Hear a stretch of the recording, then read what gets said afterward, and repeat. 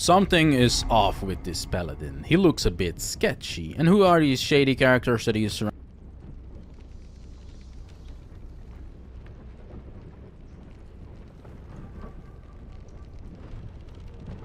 Hey Darren, thanks for being here. Sorry about that overlay audio there.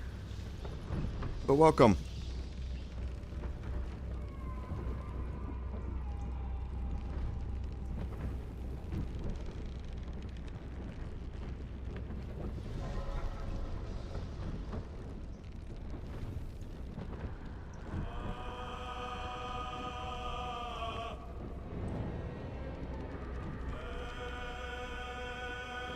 Welcome, Lord Henry. Thanks again for being here. All I am.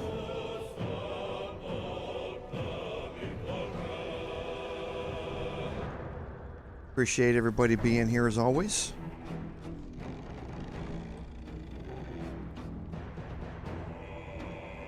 Again, sorry for the blast of overlay audio that may have come through there. I was getting something ready for the Paladin stream, actually.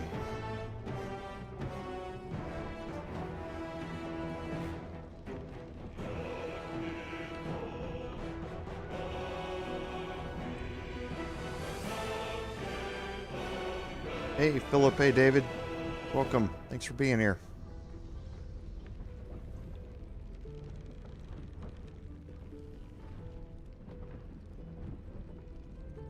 Oh, that's great, Philip. Yeah, I mean, I'm really anxious to try it out in multiplayer. However, I'm a little bit more nerdy and committed, I guess, than a lot of people I know, and I tend to run into people who play it for, you know, a couple of days in a week or something, and then they lose interest in it or they get tired of it, and then I just have to end up stashing them and playing something else. So multiplayer hasn't really worked out for me, but that's probably for the best. I don't know as if I could handle a constant fifth playthrough going at the same time as well.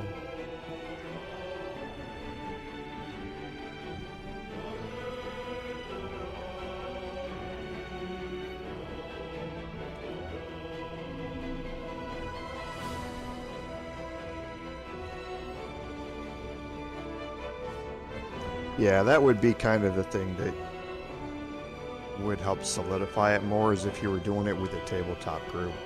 I haven't had a regular tabletop group since 2020. I played one campaign in 2020, but haven't been in a regular group since then. But yeah, that would certainly make it easier, I think.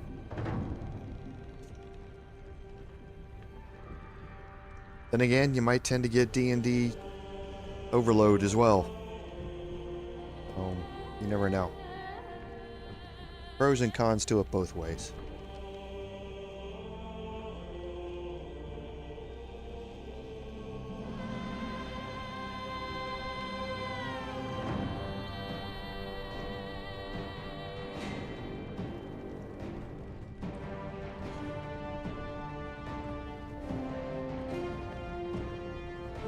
So what do you mean online, Lord Henry? Do you mean through like Teams meetings or Zoom or something like that, or?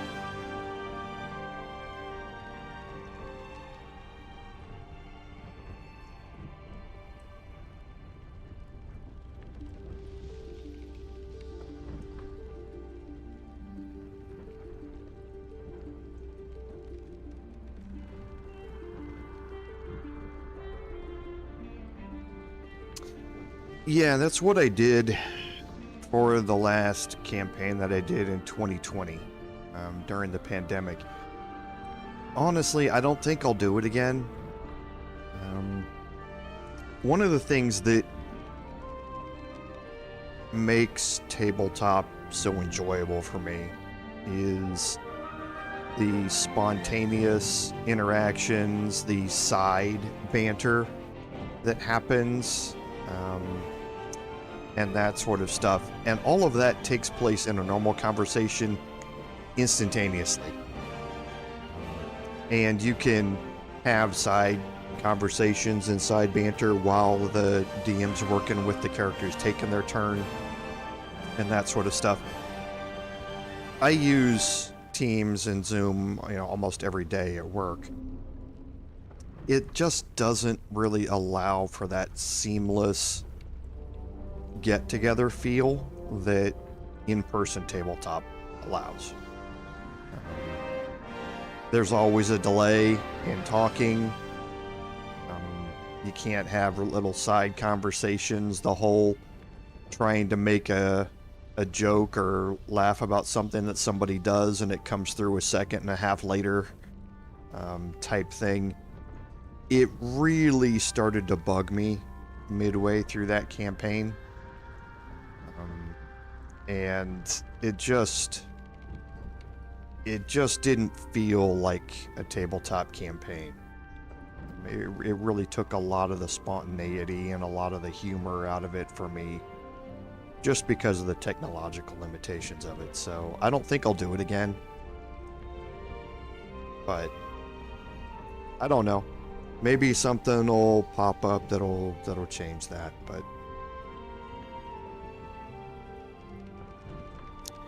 yeah, and that's what I did, or that's what I thought about it, Philip, is that during the pandemic, it was a good time to be able to do that, even though I was really, really busy with work. But yeah, something, Lord Henry, like using Discord or something where there's not much of a delay in the audio at all would be great. However, as soon as you add video into Discord, you get that same thing that Teams and Zoom do. You get that delay in it, just because of the bandwidth that's being thrown around. So having lag-free conversations in like a Discord call or something like that would be great, but I'd really miss out on, again, the things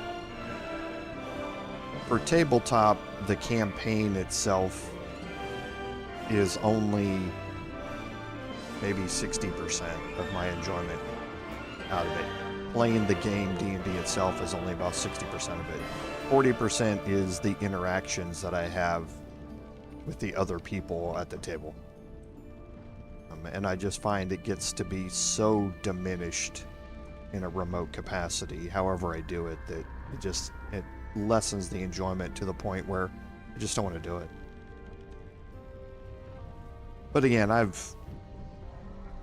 I say I'm a purist in a lot of ways, and that's one of them. I played tabletop from the 4th grade. So, back when the Satanic Panic was a thing. And it's just been ingrained in me that my enjoyment for the game and tabletop comes from a lot of different places. But in today's world, people who haven't, didn't start out with that, obviously may get a lot of enjoyment, most of their enjoyment out of being in a virtual call with other people or something like that. I just can't do it nearly as easily.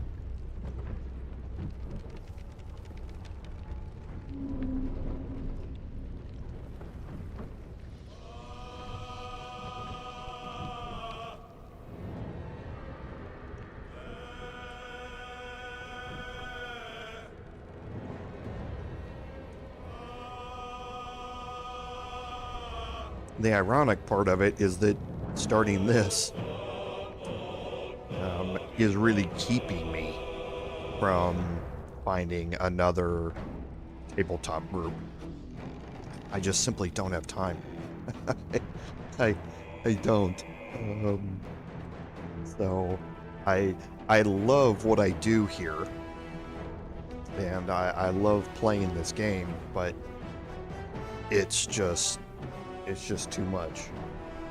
Between my Saturday being taken up with 6 hours right now, starting next week though, that will be different. We'll move back to the regular streaming schedule, so I'll have more of my Saturday available to me, but yeah, having my Saturday gone, having my Friday evenings devoted to preparing for today, and then having a portion of my Saturday evenings devoted to prepping for the Sunday live stream when that goes back to normal, and then my personal playthroughs, it's just a lot. So if I was a professional streamer and this is what I did every day, then it would be different. But, you know, I worked 56 hours this week in addition to my gaming that I've done. So weeks like this, yeah, lets me really realize that there's no way I could squeeze a tabletop group into it. Which is a shame, but it is what it is.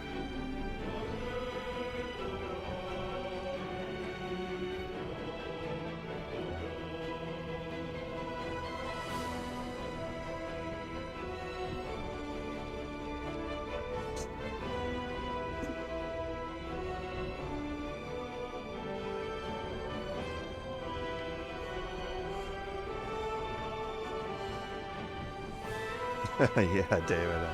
I mean, it's normally not that bad. I a long time ago, I've worked at the same company for 20 years. I was the first employee when it started. And a long time ago, I set a really good work-life balance. Obviously, if things are going badly and I have to do stuff to either get caught up because it was something that I made a mistake on or something that I'm having to get caught up on, then I'm going to do whatever I need to do.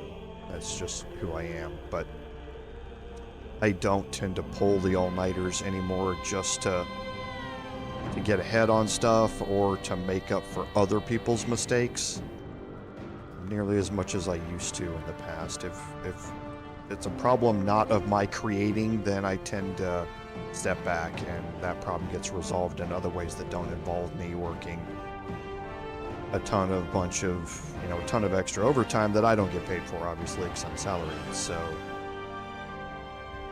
it's not normally this bad. I normally keep 40 to 42 hours a week, but this week was just really bad. So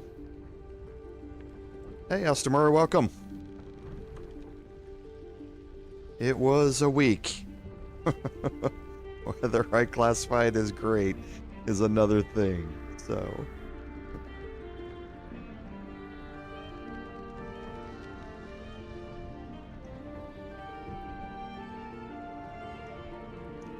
Philip, I haven't looked at the Xbox achievement list to see what the achievements are. I honestly don't know.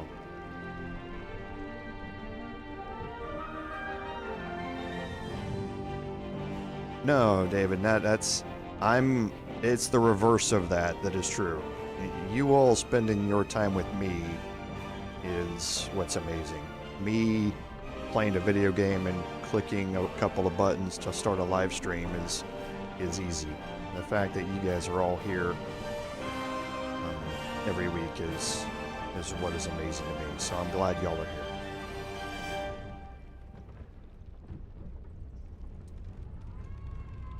Welcome everyone to today's live stream, episode 30 of our Baldur's Gate 3 Bard gameplay series.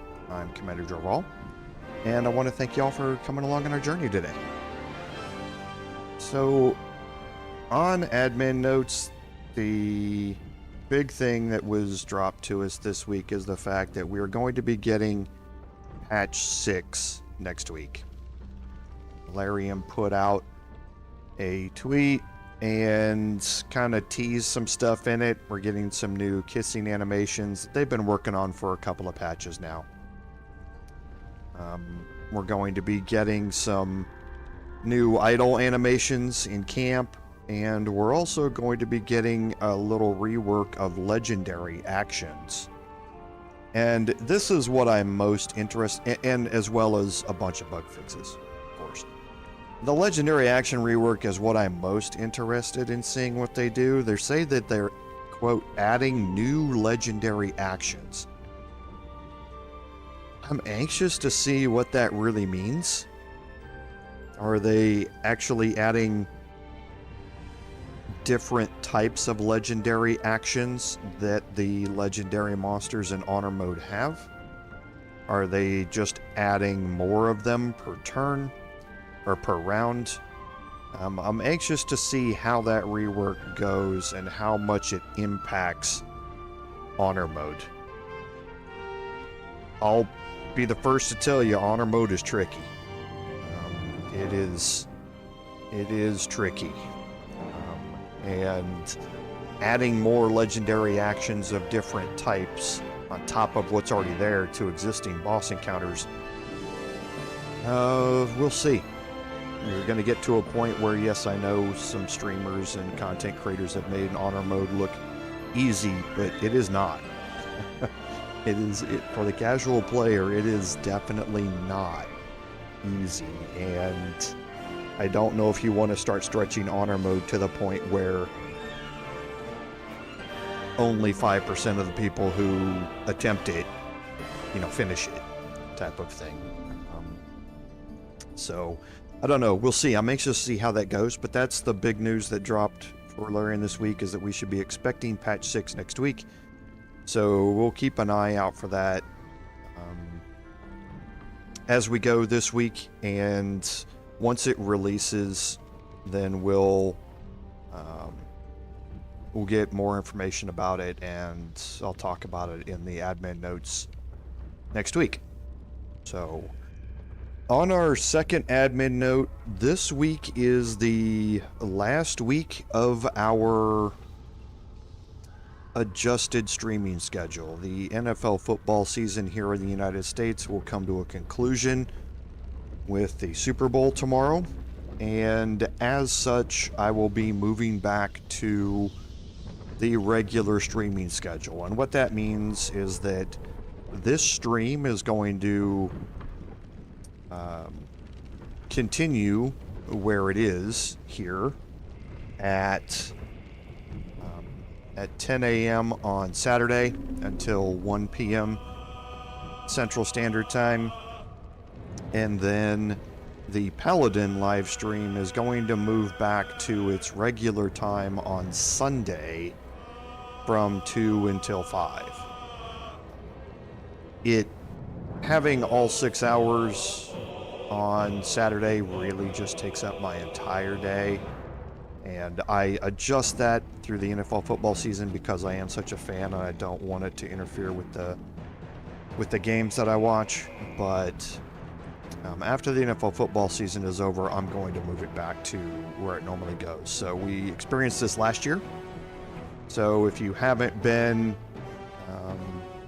around on the channel to see how that works, what you've been seeing with 2 live streams back-to-back on Saturday is not the way it normally runs. It's the way it runs for about 4 months of the year. The rest of the time we have a stream on Wednesday evening, we have a stream on Saturday morning, and we have a stream on Sunday afternoon. And we're going to go back to that. So I'll put out a notice on the community tab. I'll also put out a notice on other social media about it. So pay attention to the updated streaming schedule, and I'll obviously mention it next week during the live streams for the Paladin live stream moving back to Sunday. So I hope to see y'all there. Okay, so I think that gets through our admin notes. So on our recap, at the end of last week's episode, we had gone into the prison underneath Moonrise Towers, and we had started eliminating the guards down there so that we can free Wulbren.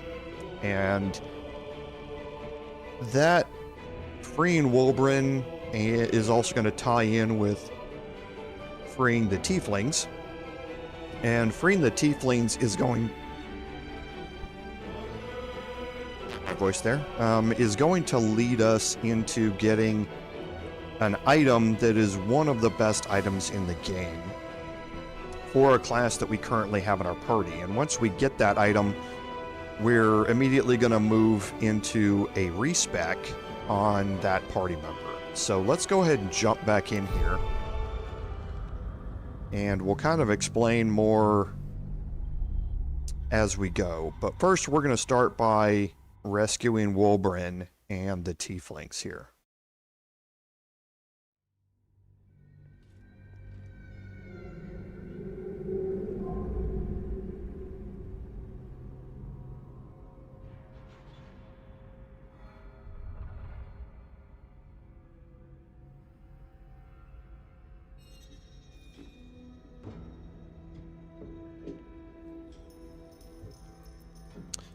Okay, so here we are. If you remember last time, we had picked up Wulbren's hammer from the top floor of the jailer's area here in the middle. And we're going to give that to Wulbren. Wulbren here has plans to break out, but he needs our help. And we need to pass him this item. The Tieflings, we found them. We should find a way to help them escape, and we're going to be doing that in conjunction with this. Must succeed. We're short on time, friend. Any luck with those tools?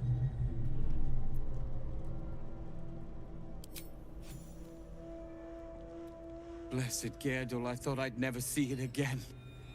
Thank you.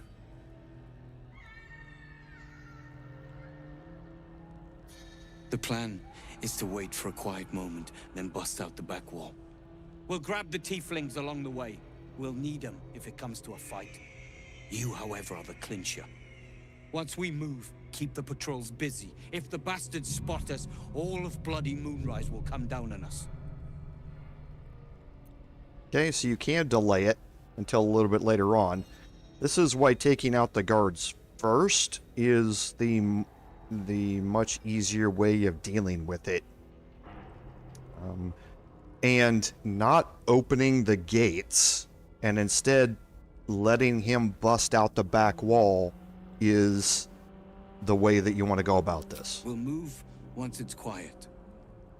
Until then, be ready. Okay, so he's going to head to the back wall because there's no guards around. I'll get us out of here, Cal. Even if I need to kill every bastard in this hell's pit. I know. And he's going to break out through the back wall. Now this plaque here says that this is cell number 2. Very well.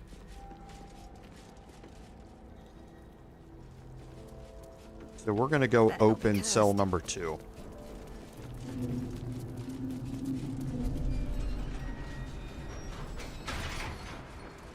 The reason we're doing that is that he said he was going to... Oh, he did it this time. Okay.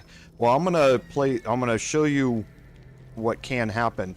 Sometimes they will not break through the back wall and rescue the Tieflings. Sometimes they will bug out after they get into this back area here. And they will not go rescue the Tieflings.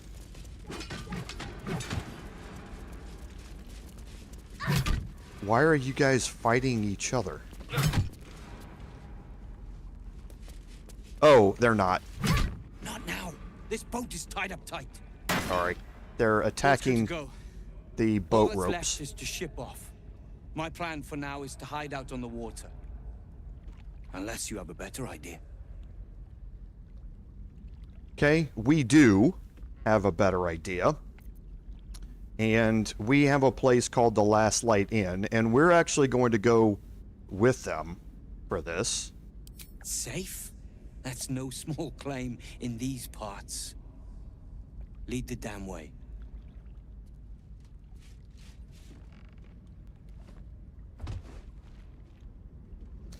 if they bug out and they go sit behind the Tiefling's wall and they don't do anything, you can go over there and destroy that wall yourself.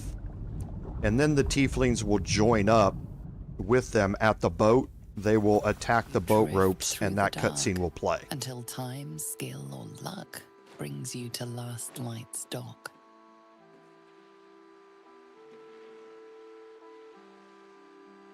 Hold there. You can't just land and start unloading strangers. They're procedures, damn it. No one gets in without being tested. Commander Jaheira's orders.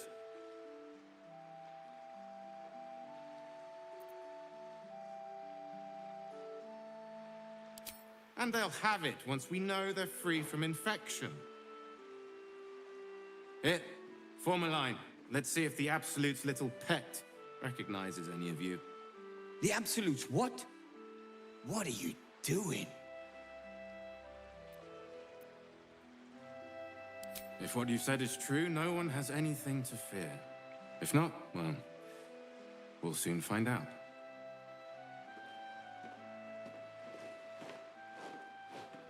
Now, form a line. I'll not ask again. This won't take long. Okay, so they are going to get inspected here.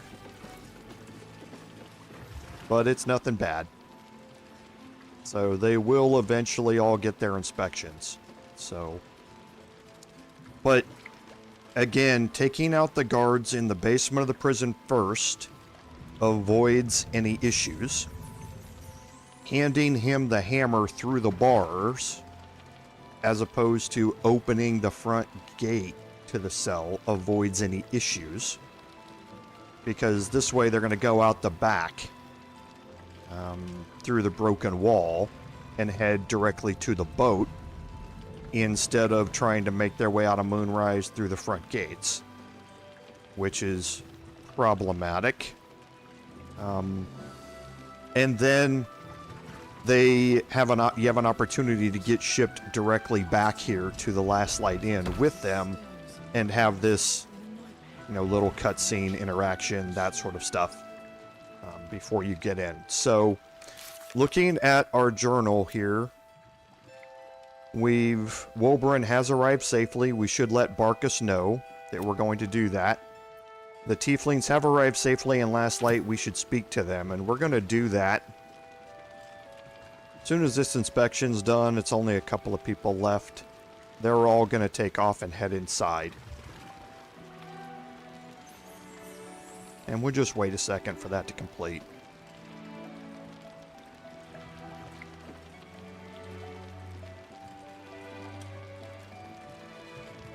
And you're clear. There they go. Seems someone's been skimming So off the they're line. all going to make their way inside through various pathways. Maybe not, Mom.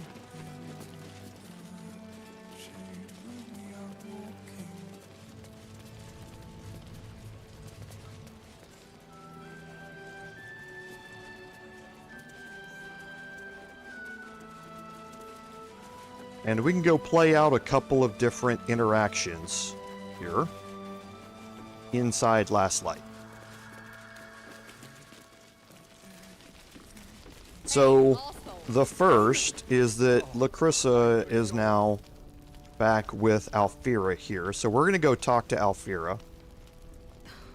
Something's on my mind. You're here! You're all right! How? We're two Tiefling queens, remember? I couldn't leave my favorite bard without her partner in crime. I did have some help from an old friend, though. How did you do it?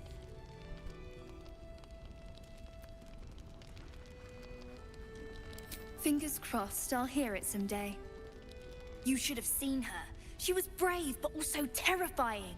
In a good way. I never thought I'd see... well, anyone again. Thank you. 1,000 times, thank you. One last favor. Take this off my hands. It suits you better. Okay. So it's kind of, and this is one thing that I always liked about the Baldur's Gate games is that seemingly inconsequential random encounters that you may have throughout the game can end up being very consequential later on. And this is the case of that. We met Alfira in the Grove in Act 1. She was sad. We talked to her, learned a little bit about her, and then that was seemingly it. However,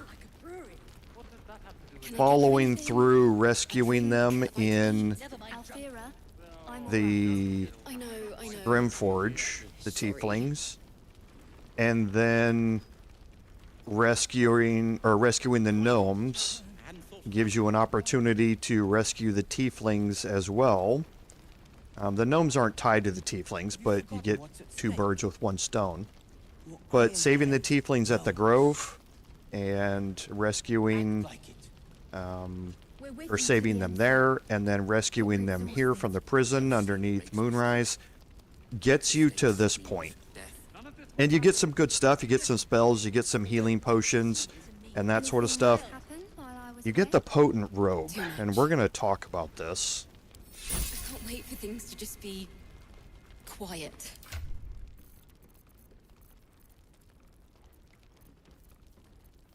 So, the Potent Robe, the pride of the gate, has the Gregarious Caster trait. Your cantrips deal additional damage equal to your charisma modifier. Now, this is obviously meant for a Warlock with Eldritch Blast, and this stacks on top of the damage that we already get from our charisma modifier on our Eldritch Blast. So the Potent Robe allows your Eldritch Blast build to double up its additional damage. So the well-liked and well-fortified trait is great in that at the beginning of every turn, you get temporary hit points equal to your charisma modifier. That's not really going to matter as much because I'm going to be getting temporary hit points from other places. But then the armor class +1 is just a straight bonus for anybody who uses it. So this robe is the foundational building block for your Eldritch Blast Spell Sniper type of builds. Those builds are very meta, and as I've explained before, I come from a tabletop background, so the meta stuff in the game here, that where you're combining a bunch of different classes and a bunch of dips together to take advantage of some stuff inside the game to make a class more powerful, I've kind of shied away from in favor of doing stuff that would seem reasonable to me in tabletop. But it was pointed out to me that I may be neglecting a large portion of the audience who doesn't think the same way as me on that. And they would like to see more about some of the meta stuff that is happening.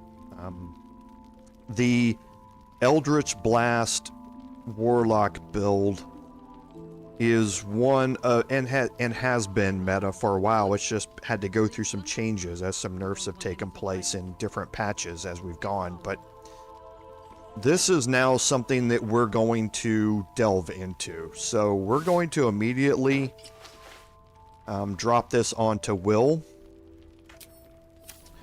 and we're gonna have some more conversations here in the Last Light Inn, and then we are going to do a respec on Wyll. Wyll is the last party member here who has not gone through a respec, and we were saving that respec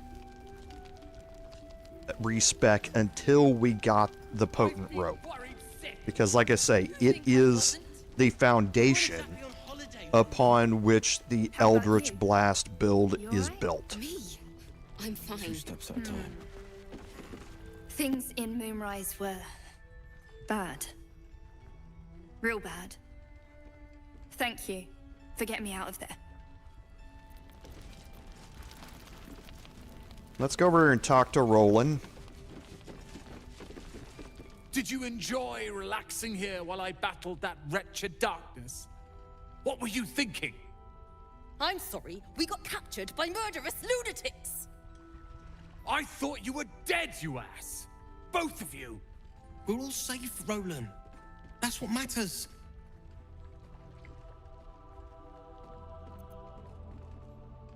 I was just overwhelmed. Doesn't matter.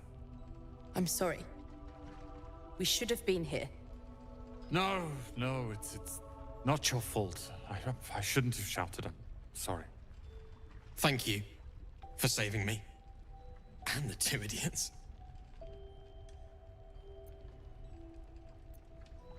Humble too? Imagine that. He has no cause to be humble. He's brought us back together. A task I failed miserably at.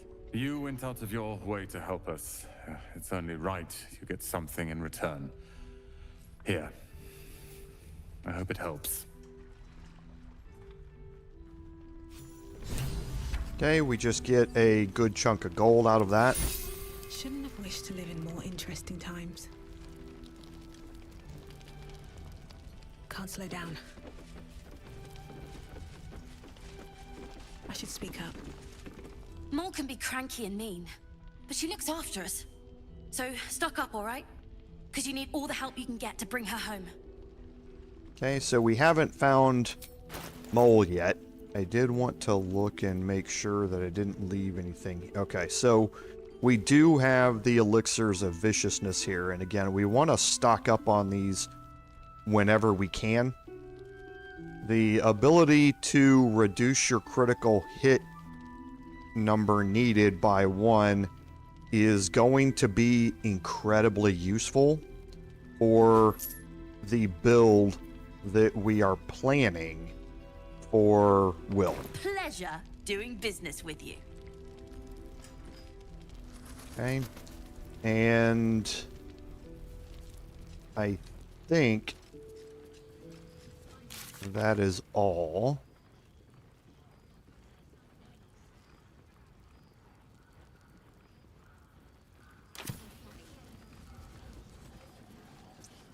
It's been a while since I've gone through this.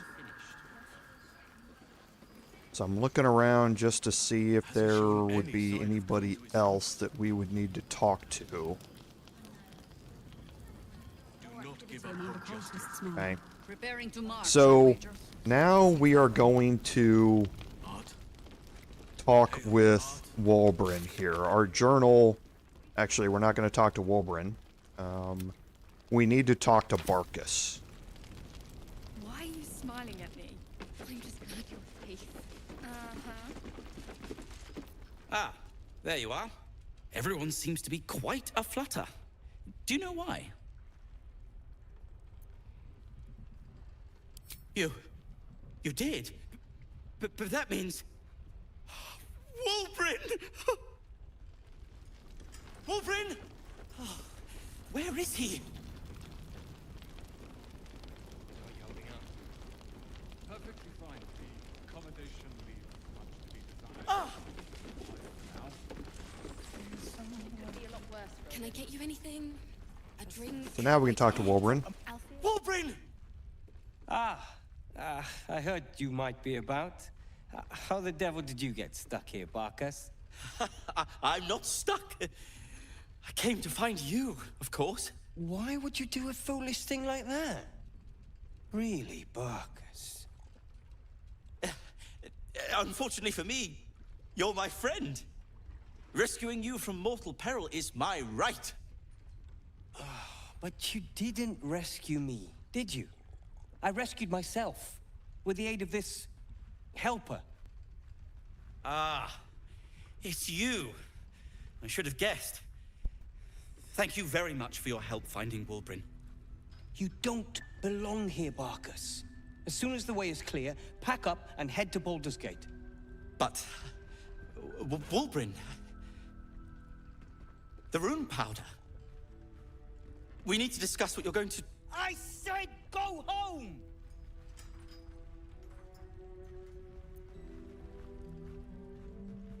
Please, that isn't necessary. Indeed. Neither of you has any clue what's at stake. And why should you? It's Iron Hand gnome business. Now, if you'll excuse me, I have a great deal to do. Well, there we have it. Wulbren is safe and sound. Thanks to you. I owe you a great deal. The brilliant retort, for starters. Here you are. As promised. I give you the brilliant retort. Now, I believe our business is well and truly concluded.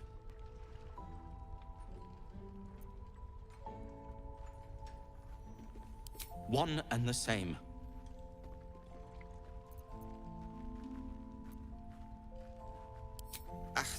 Well, once you're used to someone, you're used to them. Well, perhaps Wulbren is right. Perhaps I ought to return to Baldur's Gate.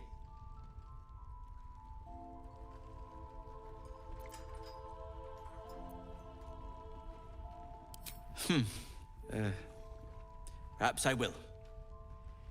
Yes. Yes. That's a nice idea. Thank you. And he did give us the brilliant retort.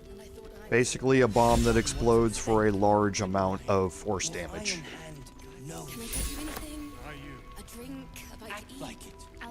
Okay, so the Iron Hand gnomes here are obviously up to something. And it doesn't include Barcus at all. You're good to have humored Barcus for so long. The poor fellow is like creeping moss, if you know what I mean.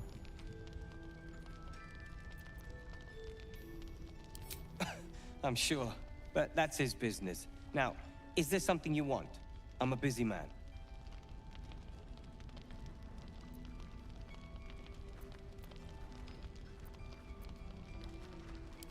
I have plans in Baldur's Gate. The work of many years' labor that will finally bear fruit. You should look for me once we're in the city. The name Wulbren Bongle will be mentioned among many. I've little doubt. That's Iron Hand gnome business. You recall stories of the Iron Hand Gnomes, a talented group of inventors who were banished from Baldur's Gate.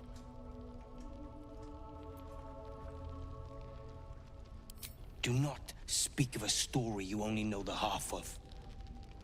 We are inventors of the highest order, matched, perhaps, but never surpassed by the Gondians at the High House of Wonders.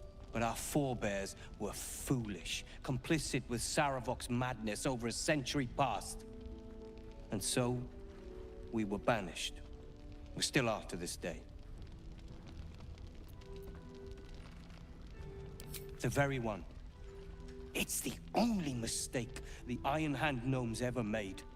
And it cost us everything. I have fought tooth and nail to restore our reputation. Particularly against the Gondian detractors who live in glass houses. Our return to Baldur's Gate will usher in a new era for the Iron Hand Gnomes. The realm deserves the benefit of our genius.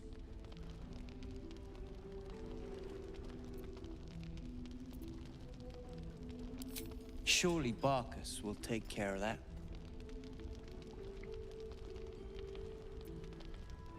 Oh, we hail from the same village in the Underdark. We're hung about in the same passel of children. Barcus tends to make more of it than it is. Appreciate it.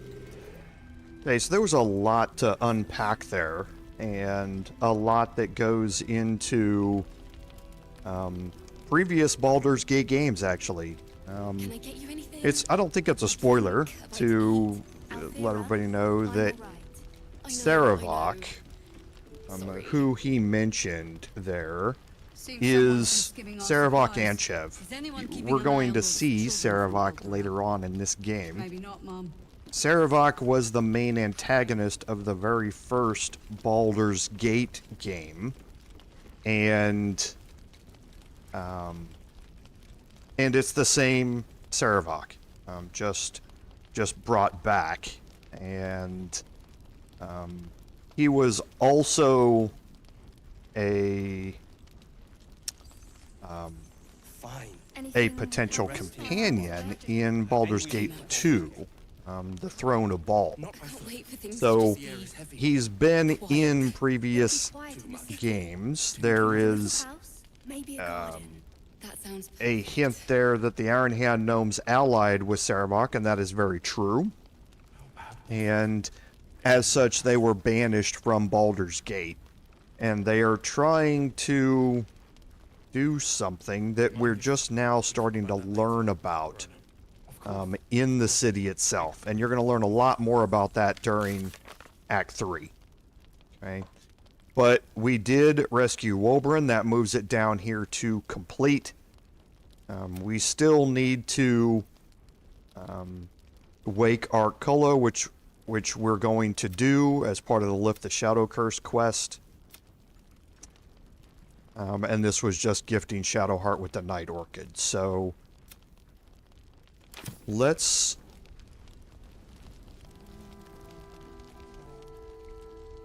There's a... Okay, well, we'll head over there and see. And that's kind of what I was going to be doing here for the last bit here, is talking to the rest of the Tieflings, including Damon in here. Nowhere safe from this damned absolute. If you need something sharp, I have a few things left. Okay, so nothing new here.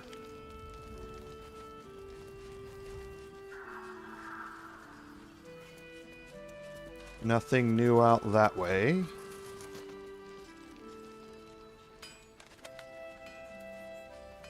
We'll head down here in a second.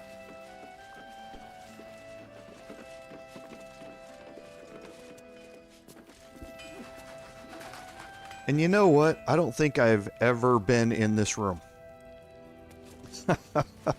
Even in my other 2 playthroughs, I don't think I was ever in this room. I'm sure there's probably not a whole lot in here.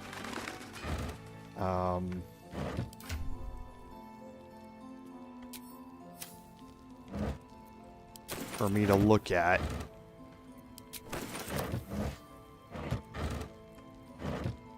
But you know me, I'm going to take a minute here and search through these things.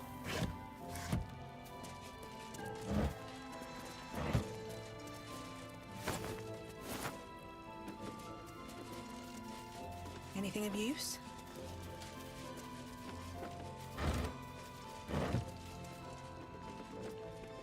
Okay, so there's a rustic chest here.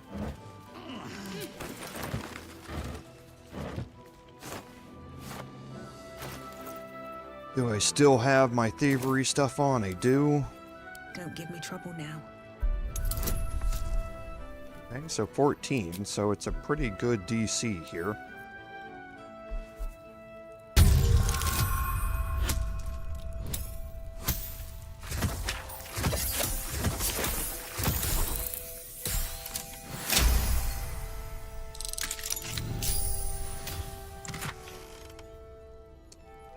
Ripping Force Mail. First time I've seen this.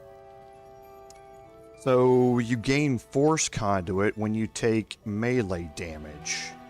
That's interesting.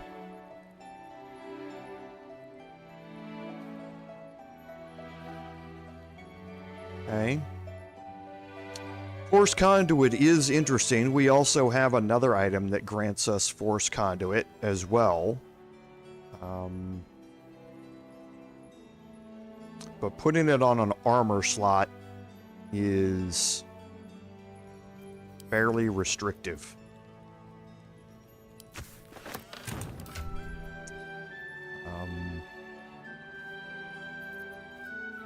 because of what we currently have running with our builds here.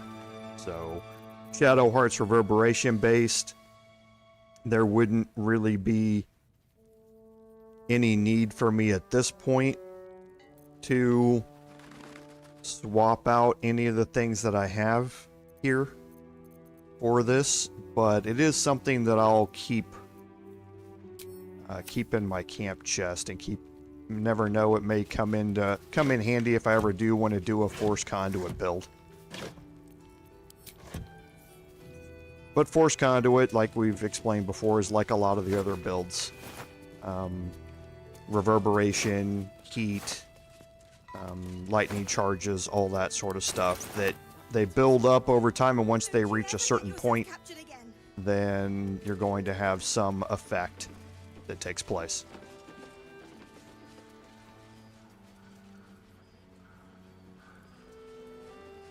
Ah, yes. Forgot about her, Bex, that was down here previously, now that Danis is back. So, thank you, Lord Henry. You're all right. My gods, you're all right. Come here, darling.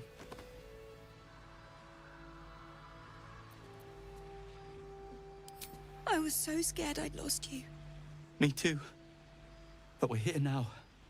Safe.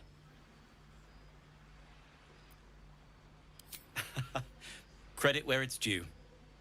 Bex, this is the one who helped me and the others escape. This isn't the first time you've helped us. Saved our lives, really. Why? You make it sound so easy. But I know the lengths you've gone to on our behalf. We'll never forget it. Never, ever. Here. Take these for the road. It's the least I can do. So... Okay, so Bex's handmade cookies Anywhere, my love. here are 3 camp supplies apiece. And that completes the Rescue the Tieflings quest. So we still need to find Mole, who we're going to find a little bit later on. But right now that gets us fairly up to date on our quest log. And looking at our There's no time to waste. action economy, we probably could use a long rest anyway. So we're going to go ahead and take a long rest, and as part of that long rest, we are going to do a respec on Wyll. It's so dark out there. It must Actually, have been do quite I a want to view. take the long rest Or the curse. Well, here? at least there are still flowers here.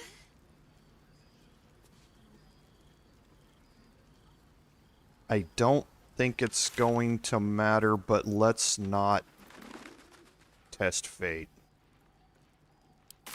We're going to head back to Moonrise. Hey Smurf, welcome to the stream. No worries. Like I say, the first 30 minutes here or so will be on the VOD afterwards, so let's head back into Moonrise and head back down to the prisons. Or head back down to the prison. Pray with me while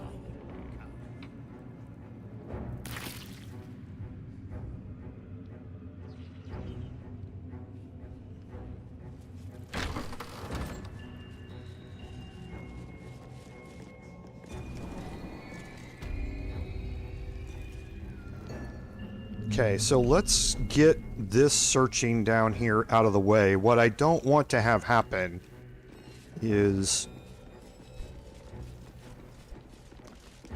any of the bodies that were down here. I can't remember what we searched and what we didn't search.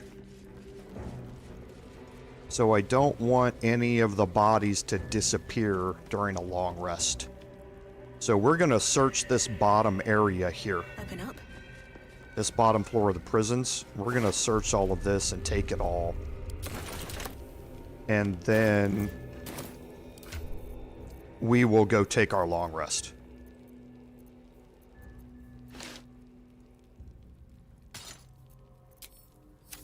Defender of the people. One move ahead.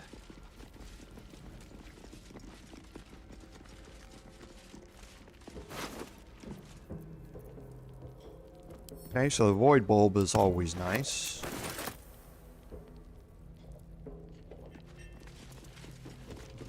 Okay, so it did drop the 2 keys that were on the warden, even though we unfortunately are not able to loot the warden fully. It did drop off the 2 keys there.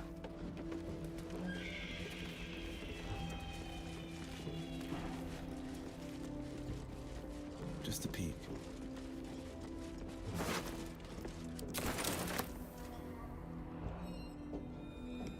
Okay, so let's do some searching around here.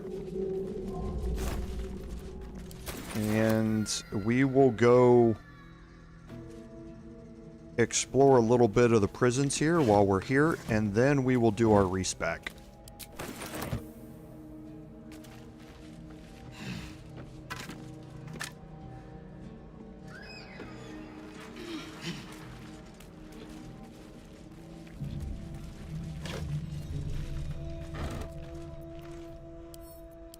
Okay, so some more camp supplies.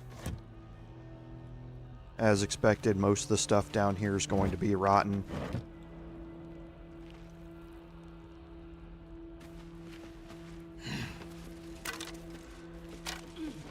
I always hoped that there was something in there, but it seems like a great place that's hidden to find an item or two.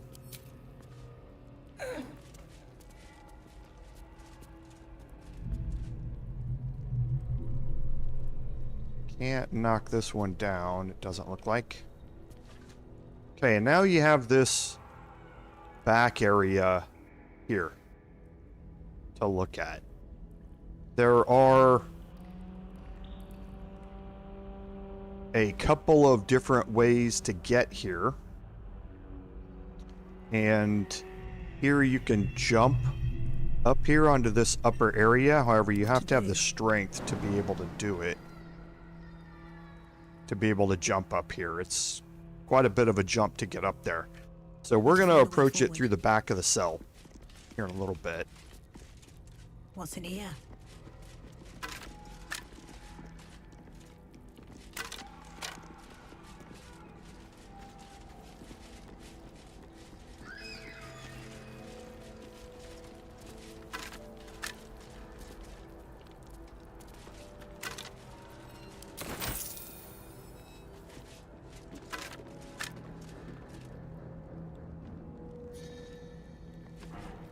Okay, so now we can go in here and kind of make our way around this back area that we just got a quick glimpse of when we followed Wulbren out.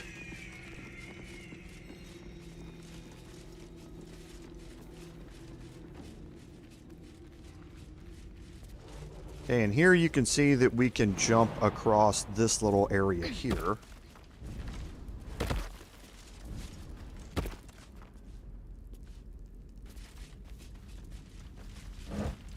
And I need to... No time to dally. No time to rest. Put guidance on as we move through here. These boots have seen everything.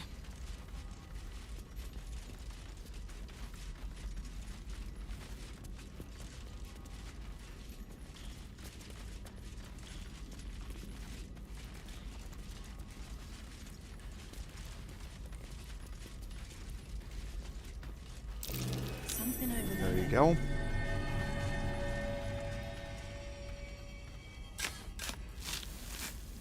Hello, Nicholas. Welcome to the stream. Thanks for being here. I appreciate it. So we have some more crafting supplies.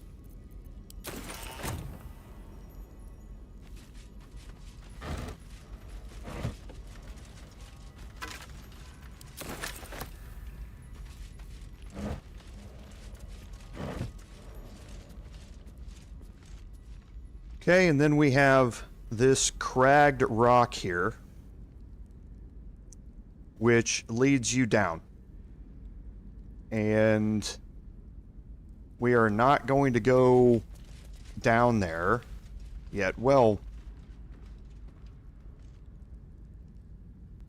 no, we are not going to go down there yet.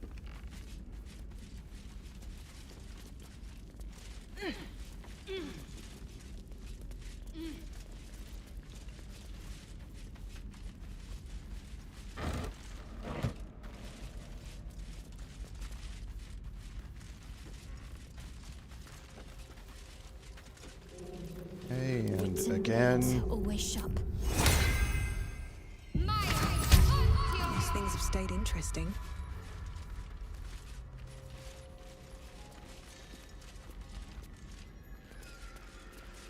What path lies before me?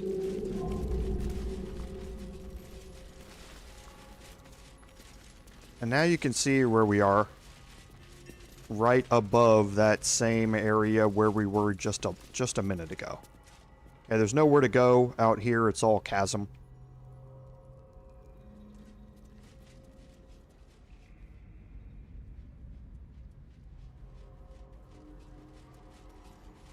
Now we can make our way back.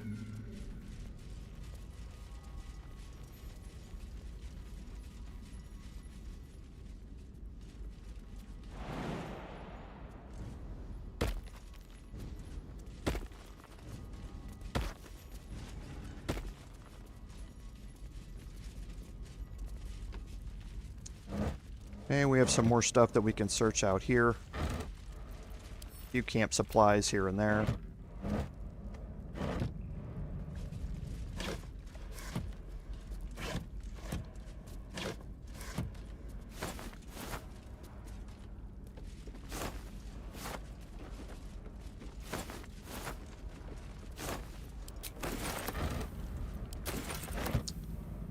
Okay, I was expecting that to happen at some point here.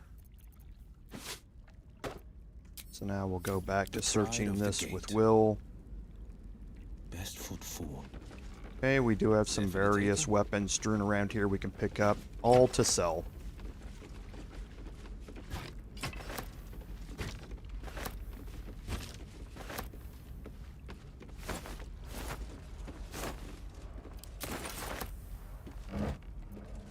More camp supplies.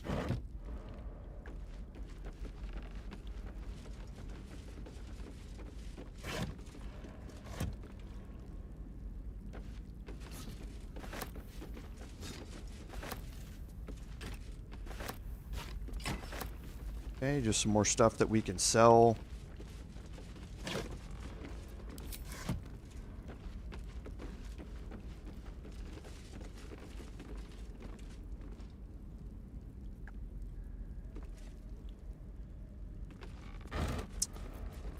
Yeah, I'm kind of debating, Lord Henry, how I want to play Something over there.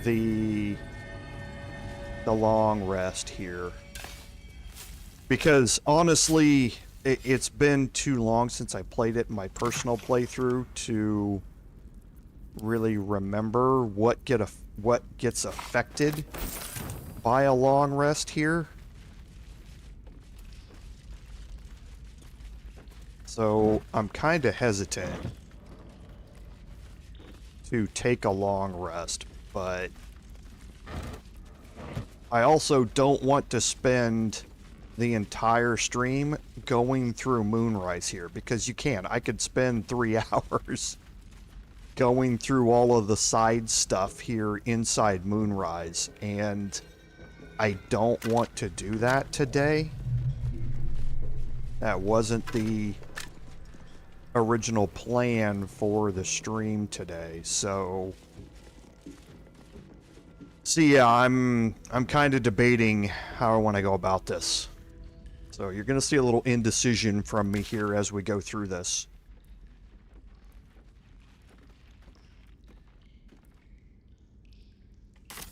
So let's head back out.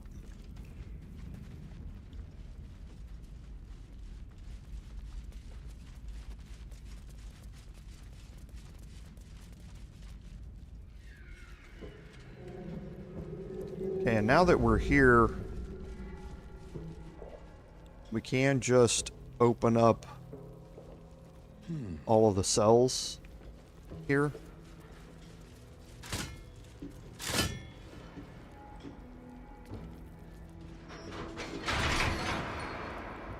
Okay, and that's going to open them all up. So now that we're in here, let's search around the inside of this.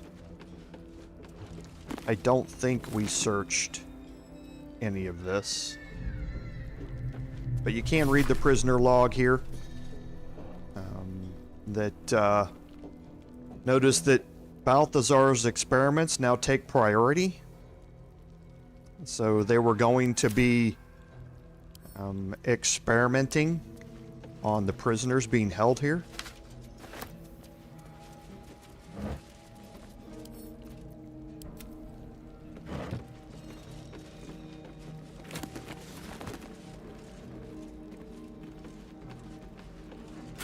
I believe we've gone through the chests. We have.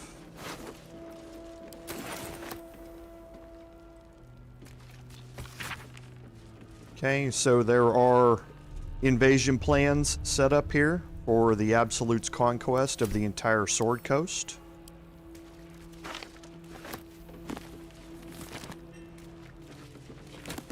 And don't forget that you can steal the paintings off the wall.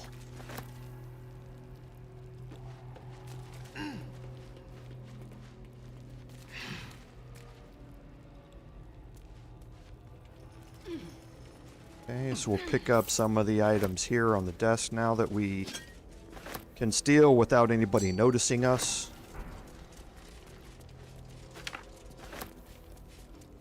Let's move. Can't keep me out.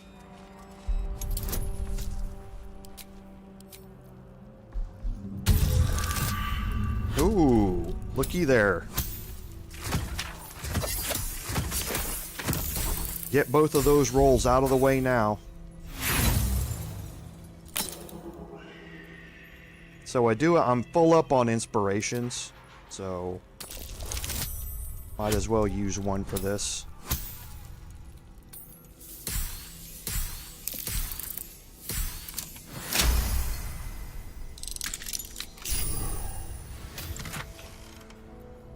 Okay.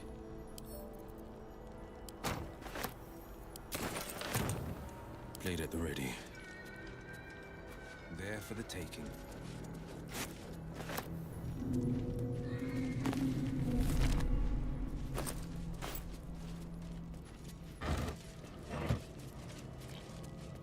And I don't think there's, well, I can't remember honestly if there's anything in the evidence chest here or not, but we'll pick it and see.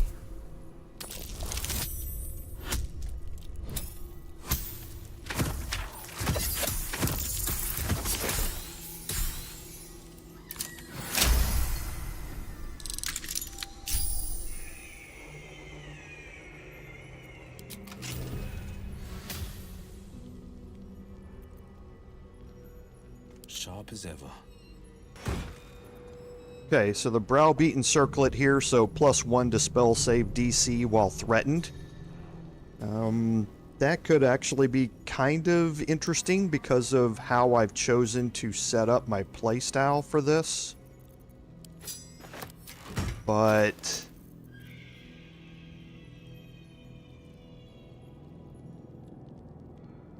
yeah, maybe. We'll explore that a little bit more later on.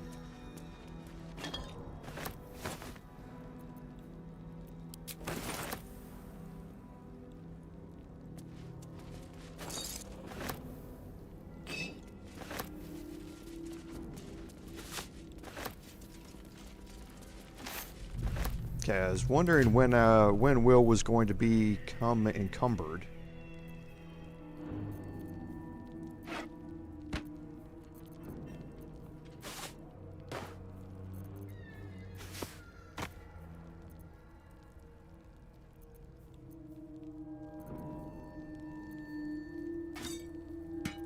Should be good enough.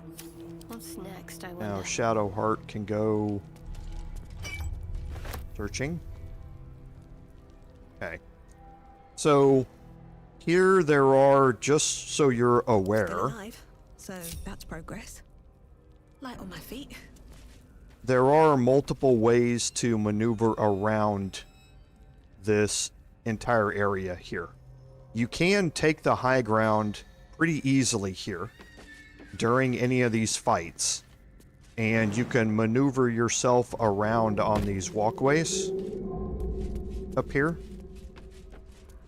to gain access to different vantage points and that sort of stuff to have your fight. I tend to find that, especially when you're dealing with the adepts, being on the high ground doesn't really matter nearly as much because their spell casting can reach you anywhere. So it's not really a benefit as much to be up here, and you tend to hamstring yourself being on the high ground up here. But you can maneuver yourself around quite a bit.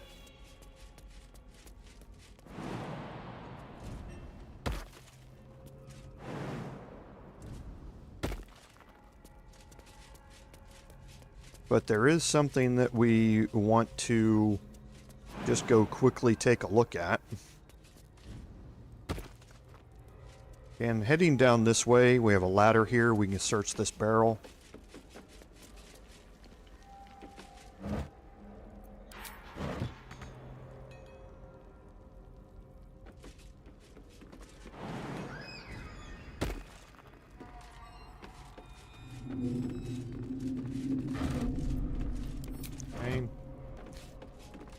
We can make our way out here to the back. Now you can get out of here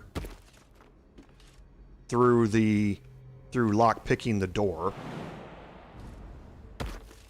or you don't have to lock pick it. We have the key now. Picked it up off of the warden's body. You can also jump across this way here to get back here to this area.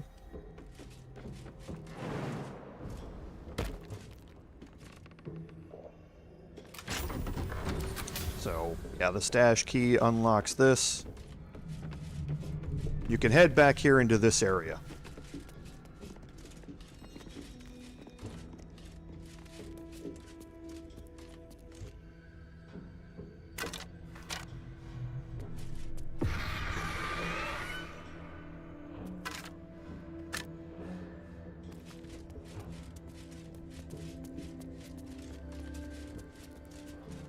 Okay, so we'll just make our way around the outside here. A few things that we can search.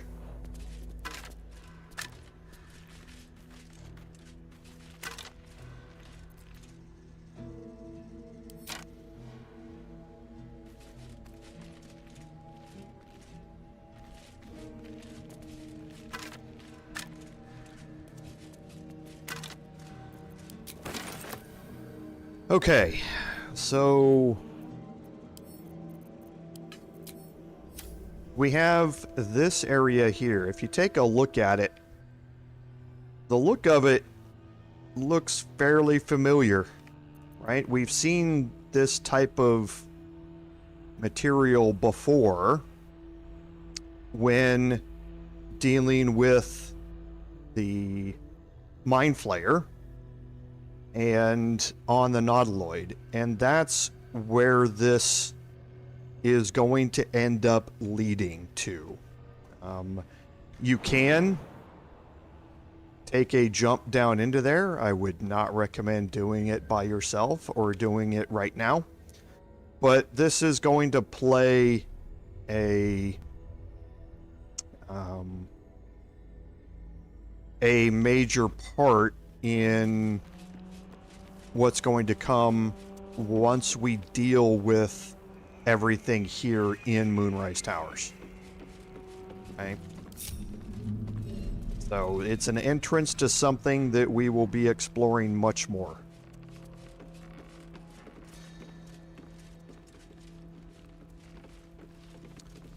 Okay, so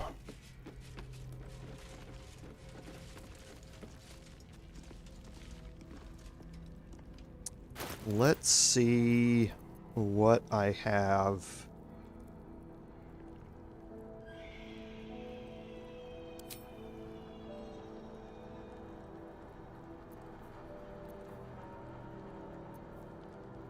Okay. So I do have the warped headband of intellect still on me.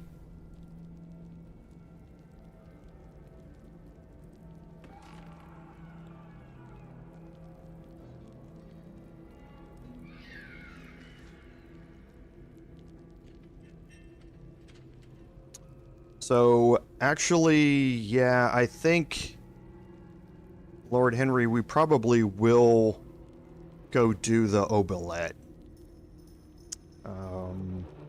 I wasn't planning on it today, but I think we can go knock it out here.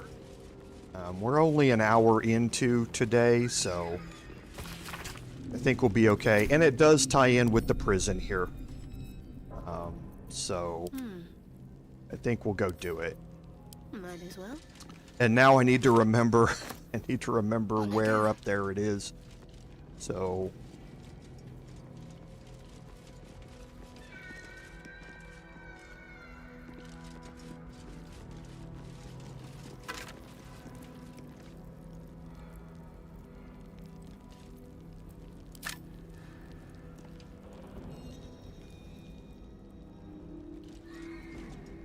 okay, we'll search the last of the cells here real quick, and then we'll head up top.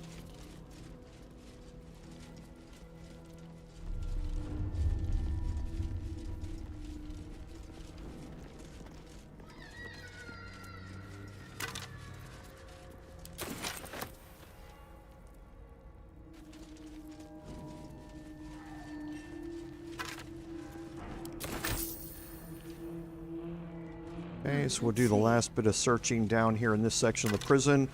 We'll go look at, and you know, we're going to have another combat encounter, now that I think about it.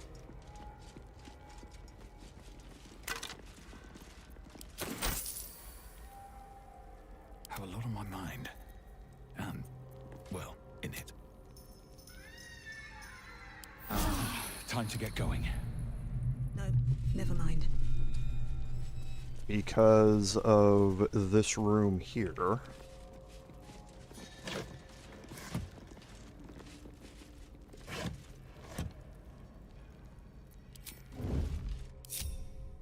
These boots have seen everything. And let me swap this back out.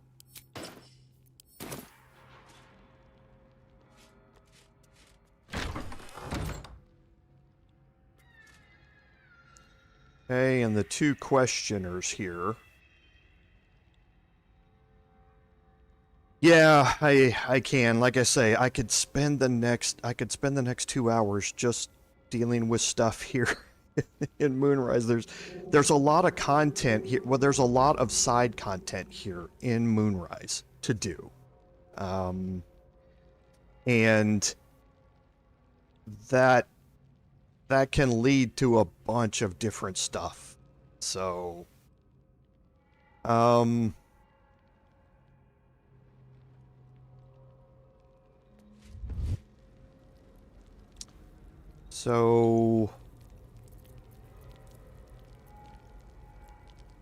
I've got one bardic inspiration left.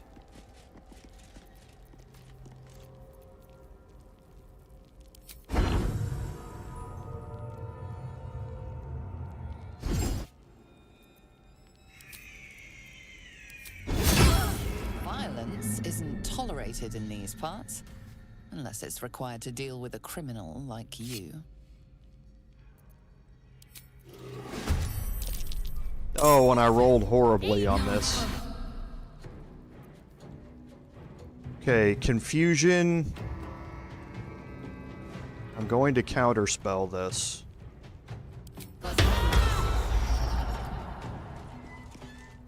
Okay, I'm gonna have to get in here because of confusion.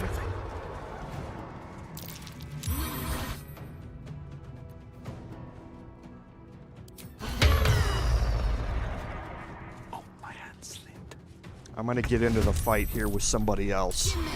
Because I can't let them just keep casting confusion on me. Well, I can. They're gonna run out of spell slots, but... Oh, you're killing me here. Out of sight, out of mind. Careful. Okay.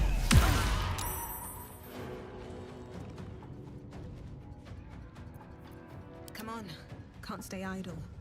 Okay, well, they cast... I cast Darkness, all on my own. So, okay. Fine, I guess that kind of worked out one way. But yeah, I wasn't expecting, honestly, to roll that horribly on that. Because confusion is just bad. It basically makes you end up skipping your turn. You walk around and do random things, and you can end up attacking your own party members as well through spells that you end up casting. So it can get a little bad here, and I'm going to jump into this with another party member. Because I don't want to take the chance that we're just going to end up confused again when they get their turns.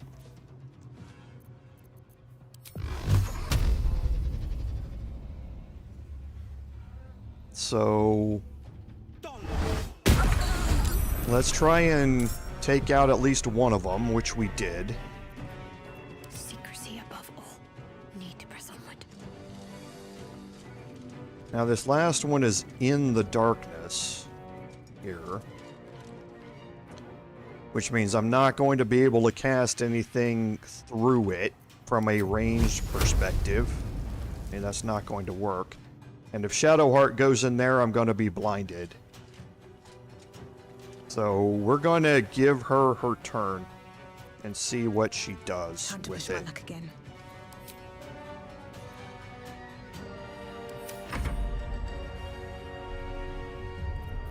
Definitely going to take that. I'm not going to Divine Smite.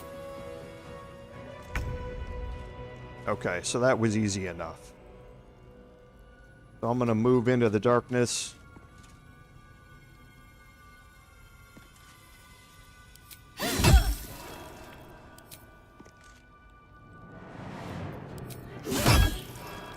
Okay, one left.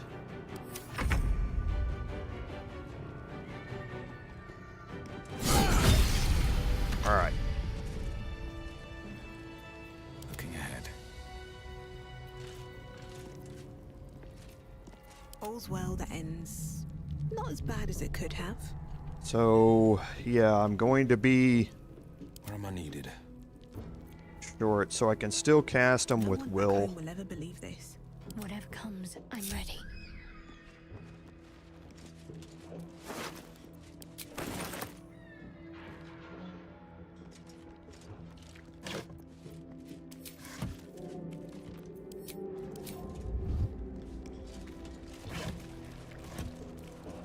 This way. Because if I go into the Obolette, I'm going to have combat down there with the horrors. So I need to make sure I'm able to manage that.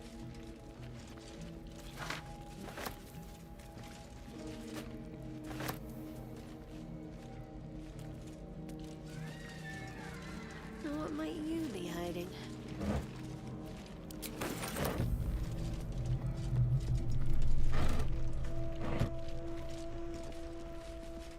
Okay, a couple more scrolls.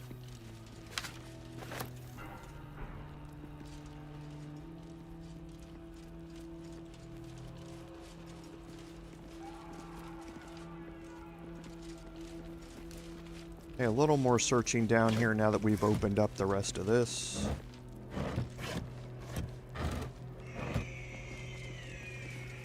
Okay, we're not going to go up the stairs yet.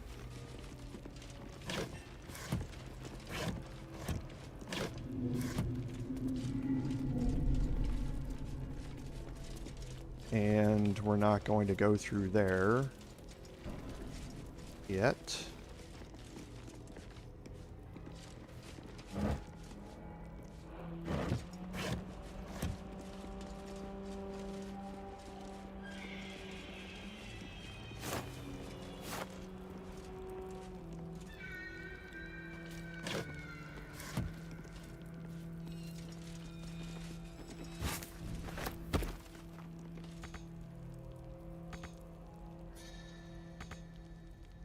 No one's Really? stopped me yet.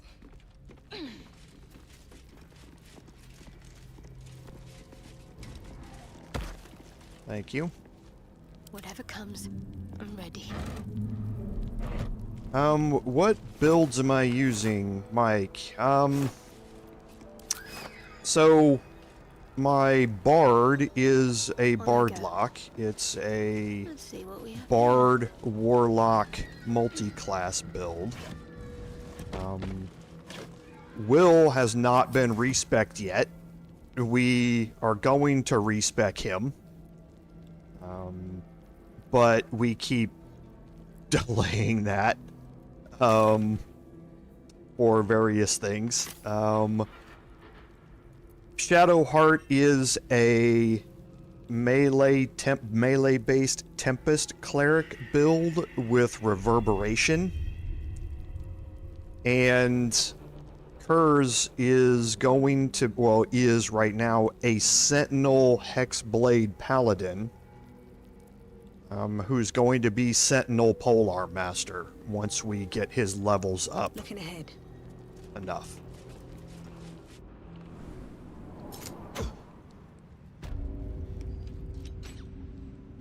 Okay, so we need to go talk to Mig. At the ready. We are each of us threads in her design. And I have to remember where Mig is. I think over here.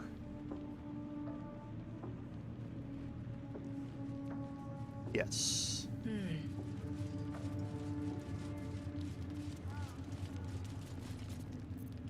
Hush! Meat sounds above. Here.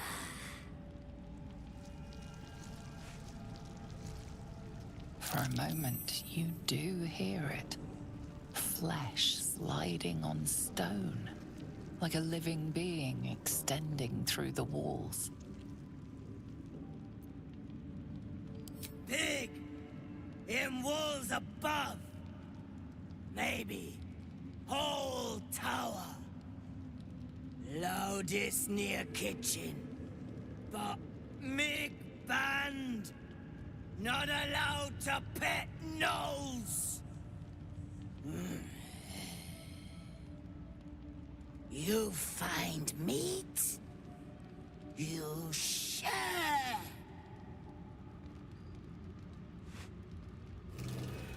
Okay, so we get a marker now on our map for suspicious sounds, and it shows that it's above us.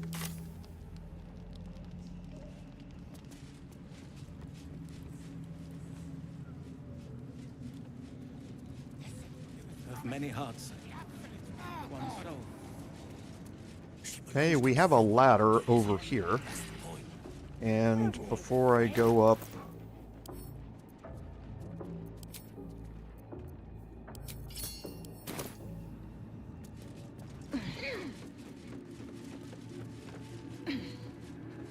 And now this leads you up into the rafters here. And just like the rafters that were in the Goblin Camp, you can now maneuver your way around here, and you see over here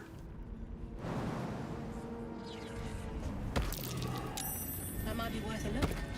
okay, you pass a perception check, and you can interact with the cracked wall here. Now, there are a couple of different ways to do this, and I believe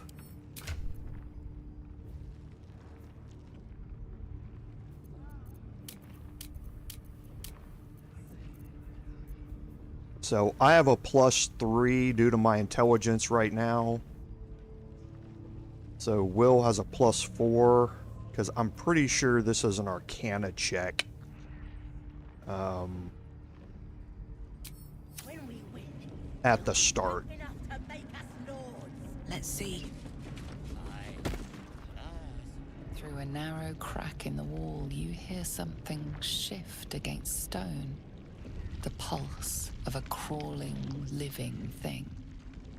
A coiling, restless void stirs within you. Your patron. For some reason, this thing in the wall excites it. Okay, so yes, it's an Arcana check to start. I think it's, yeah, 14, so it's above average here. We'll throw in some guidance to go along with this. We do have inspirations available.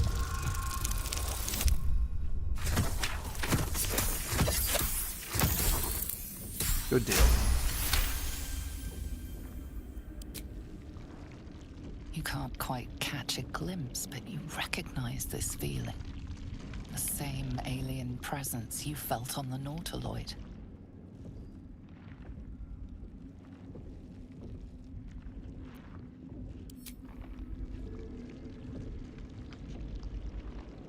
Your awareness unfolds, expanding through every wall in the tower, every mind. A vast living network extending down into the dark, where something wakes. I can feel it. Looking. Deep inside. It's a trap! Tendrils snap like iron cords around your wrist. That presence in your mind looms large, closer now. Okay, so you have some options here on how to go about doing this, and actually I've never done this with myself, having the Warlock, so that's an interesting selection down here at the bottom for the Great Old One.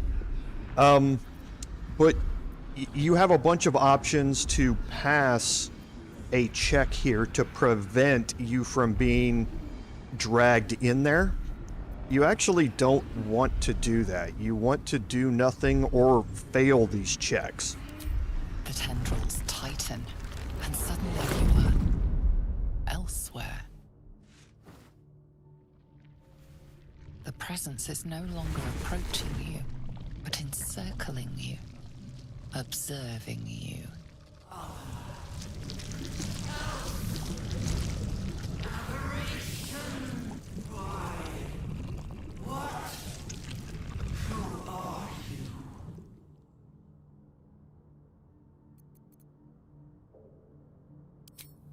I am. We are. A pause, as if it struggles to compress its vast being down into terms you can understand.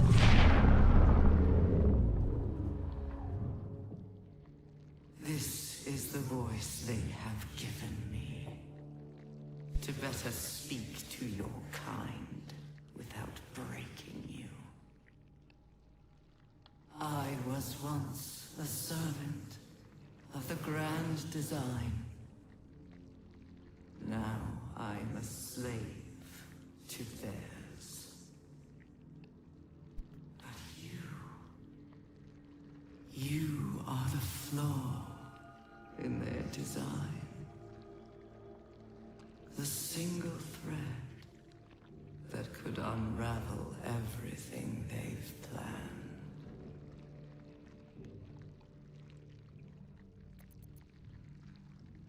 They name themselves chosen, but they are slavers.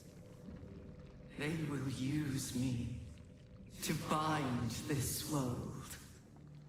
But I cannot bind you. You must come to me, so I can become myself again. A world away, the grip on you tightens. A desperate, drowning thing that pulls you down with it.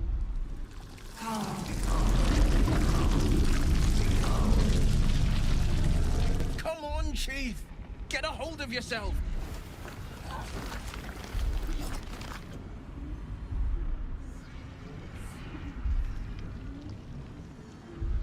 Okay, so now again, here, you have some options to get rid of this. We're actually going to submit.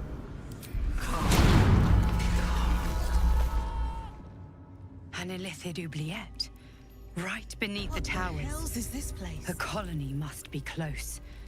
That must be where the tadpoles are coming from. Okay, so now we're in the oubliette, and this is what I explained a little bit ago about something that we're going to be exploring a little bit later. Like I said, I wasn't necessarily planning to do this here at this particular point. But you can do some explorations down here.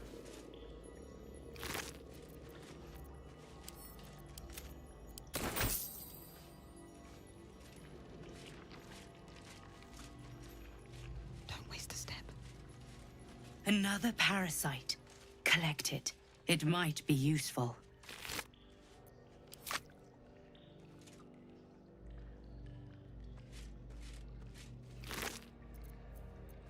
Okay, so there is the easy life here. Just a journal. But there are some camp supplies here. Another potion of animal speaking.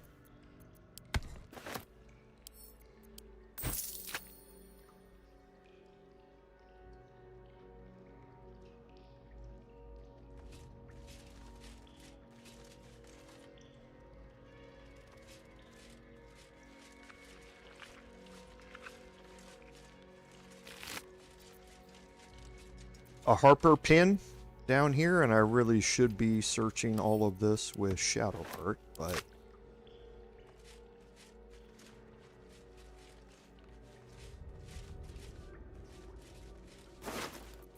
and here's your Mind Flayer parasite specimen. So we've got 5. We now have 6.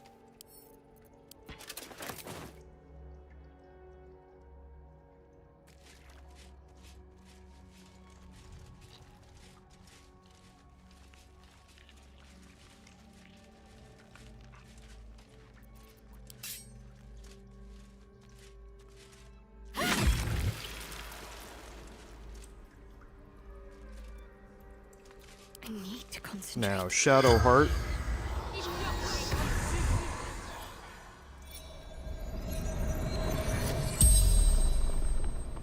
The corpse regards you lifelessly. Vermit, true soul. So absolute, ascending.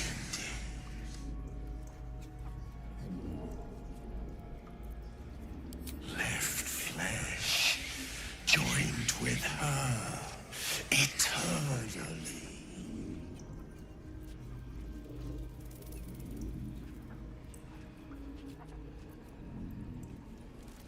Discarded, devoured. The absolute chamber. Paradise. The spell's power wanes. You can ask no more questions.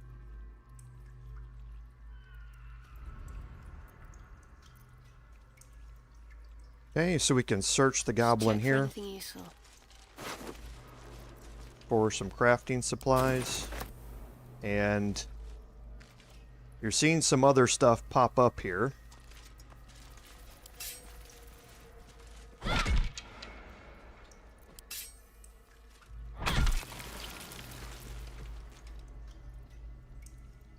Never a dull moment.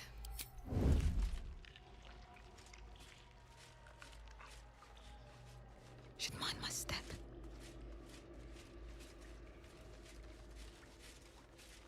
Look, there's something on the other side. No way through from here, though. And they're talking about here. Through this other way over there. They said there's no way through from this side, though.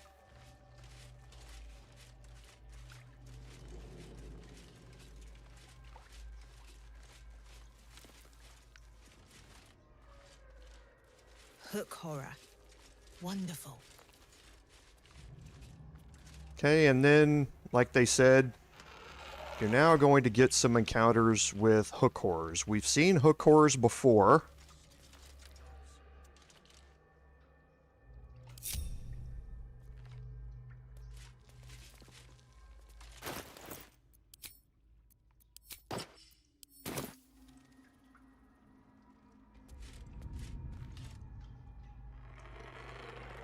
Just need to be careful of the detection cone, which I believe ends somewhere around in here as it's patrolling.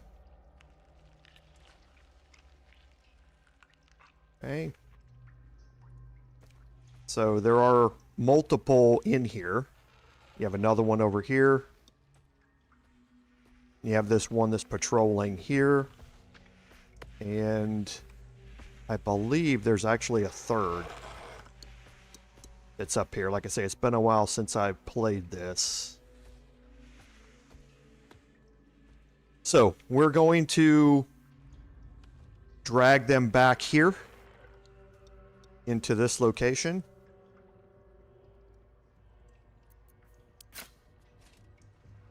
Cutting to the chase. Try me.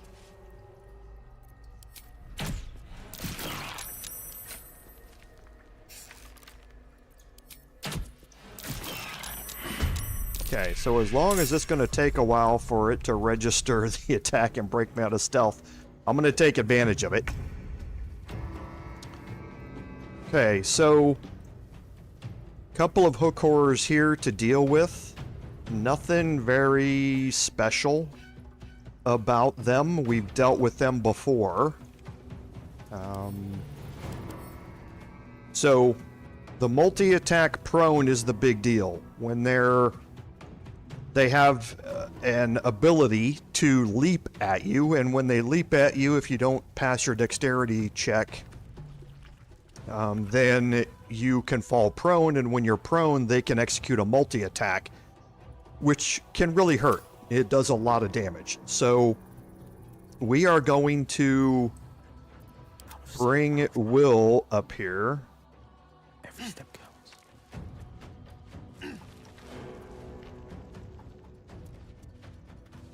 And we're going to use him to drop darkness.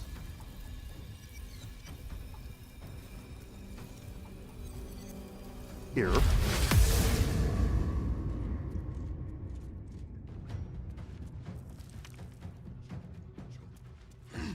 And then we're going to move him back out of the way. Can't even catch my breath. And we will end our turn.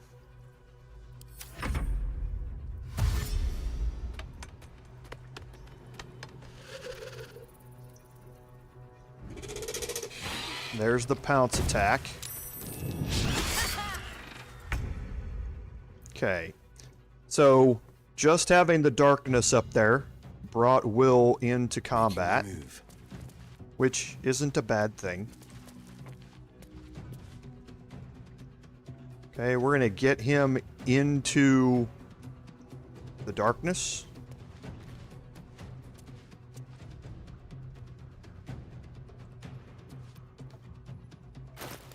And I want to check my passive, so Repelling Blast is on. I don't want it to be. Oh, it's still broken. So, yes, doesn't matter whether it's on or off. So, from here I'm going to focus on this hook horror instead.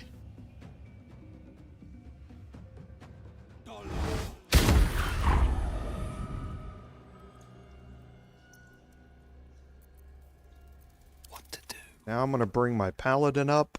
Have to keep going.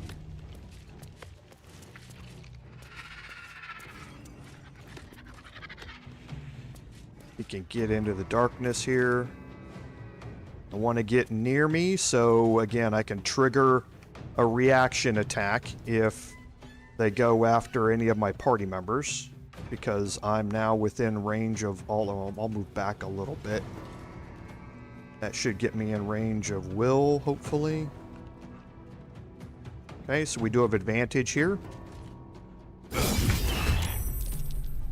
I don't need any Divine Smite for this. Okay, that's going to bring me into combat. Wish I could move Wyll up just a little bit more, but I can't. Ready. I'm going to hold off on bringing Shadowheart up. Nothing will stand in my way.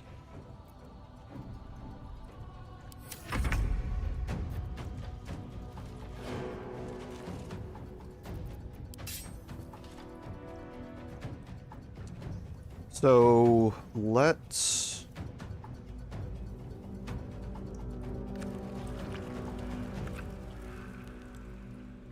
shriek instead.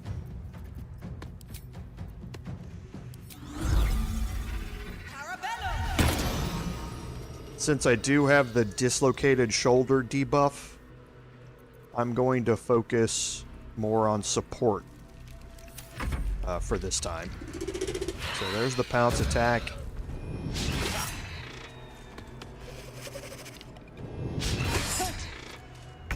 Okay, and yes, I did forget that they have blind sight. So I did forget about that. Doesn't matter as much here. Where we are, I'm going to hold my turn, get my attacks in with my paladin, and I definitely need to use my bonus action for that. Okay, so he's done. Blood follows me everywhere. Throw in that Divine Smite. No holding back. Now I can get Wyll up here, and I would really prefer not to knock him back. So it looks like I can't knock him back there, which is good.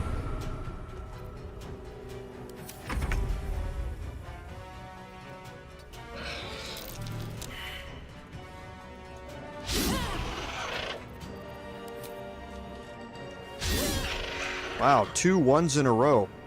Nice. Okay, so who are you going to attack? Wyll? That's fine.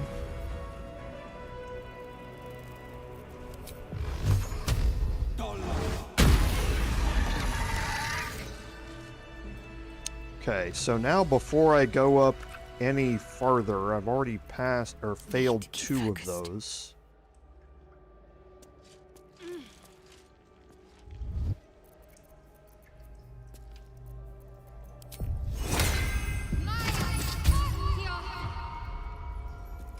Let's get Wyll to drop darkness. A long way to go still.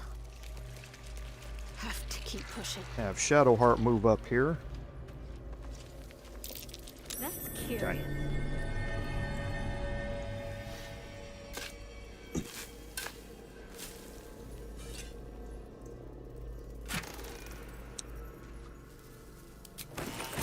And so we can search the hook horrors here and always pick up the hooks from the hook horrors.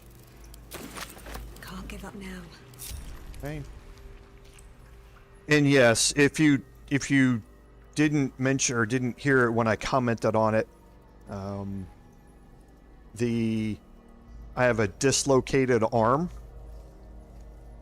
that I got from being pulled into the oubliette. And that's what was giving me disadvantage on those attacks. Now that's going to cure itself, and this is why Lord Henry mentioned it, is because that's going to cure itself after a long rest. And since I'm going to take a long rest anyway, this would just be another way to get rid of it.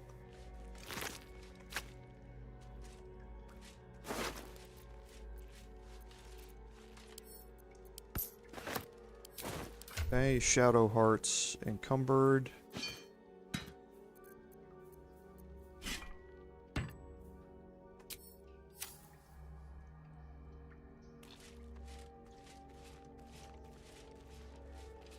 Wonder if the gods are watching me.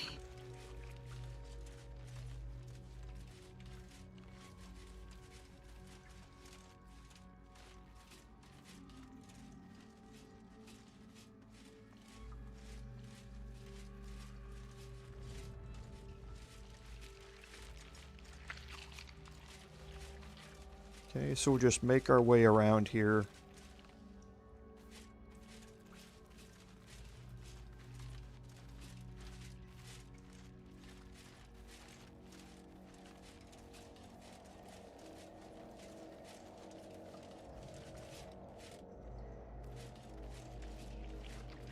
Okay. And now we have the cragged rock here. It's been a long So now you recognize where we are. The cragged rock that we encountered when we were in the back area here. Making our way to exploring this area after we had freed the prisoners. That cragged rock takes you down to the oubliette as well. Another step forward. So there's my dislocated shoulder here. So we're going to take our long rest now.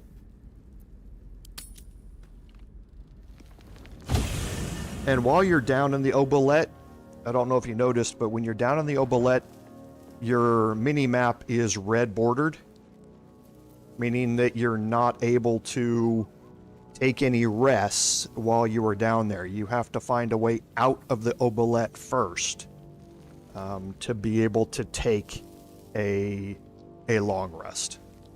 So let's go have our conversations in here real quick and get caught up on that, and then we will take a deep dive into what we're going to do with Wyll.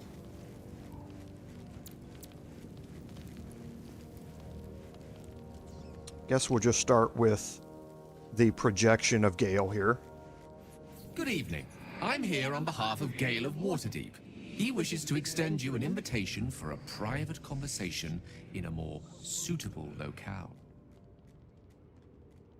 Okay, so I'm going to pass on this. Perhaps later she'll be too late. I would urge you to reconsider, lest the opportunity prove to be a fleeting one.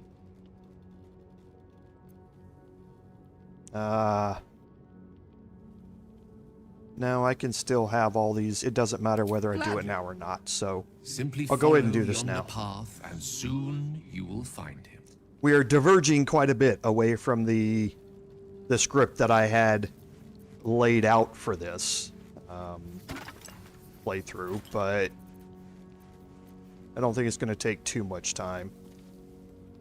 So that's 27.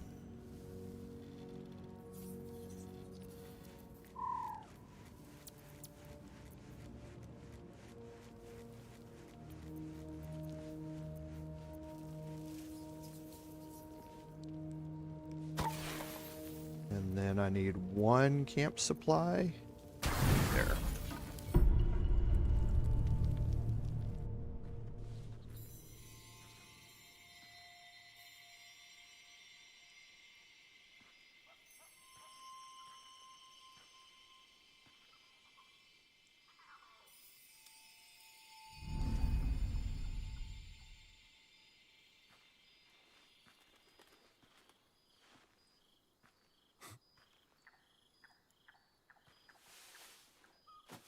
I love this time of night.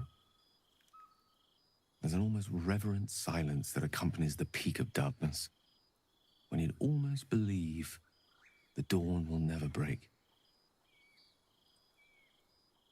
The cradle of eternity. The timelessness of lovers. That most beautiful of fantasies. I will be. Soon. I am perhaps just one hard day away from being without any troubles at all. This may be my last night alive. I wanted it to be under a canopy of beauty and wonder. I thought this place might bring me peace. I thought it might make the weight of what I must do feel a little lighter. But I'm not so sure. Babe or crone, coward or hero, death is assured. Mistra's forgiveness is not. If you knew the end was near, would you not want to ensure it had meaning? I am terrified. I will not claim otherwise. My face could scarcely conceal it, even if my words sought to deny it. There is no point in running from the inevitable. Better to meet it on my own terms.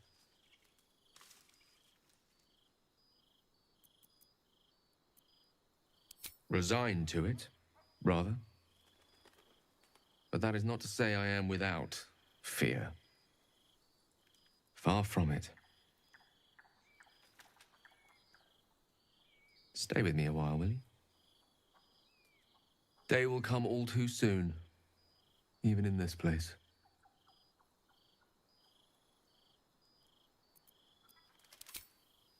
Yes, but there is so much to live for and so few moments in which to house it all. Damn you. Damn you for giving me so much to care about. Our friends, our adventures. This would have been so much easier if it was just me. But it isn't.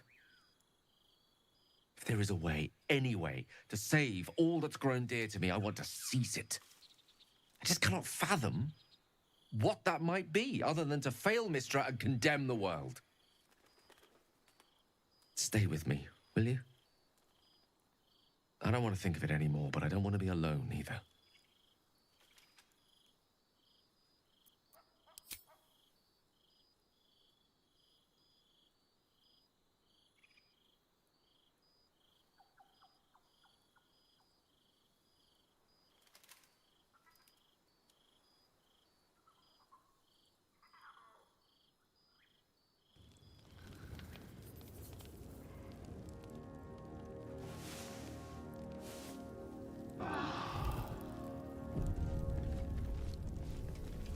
Okay, so let's take care of our after rest actions that we always do. So we need to bind our packed weapons.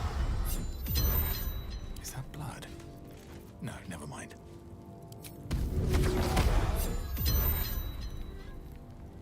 Okay, we're going to cast And, well, Long Strider on everybody, but we can do that once we're all grouped up. Let's go back to having the conversations. maybe it will bring us closer. I hear you found a new lover. So, will you want to keep yourself your new, true love? Is this the end of our late-night trysts? Even though they were an awful lot of fun.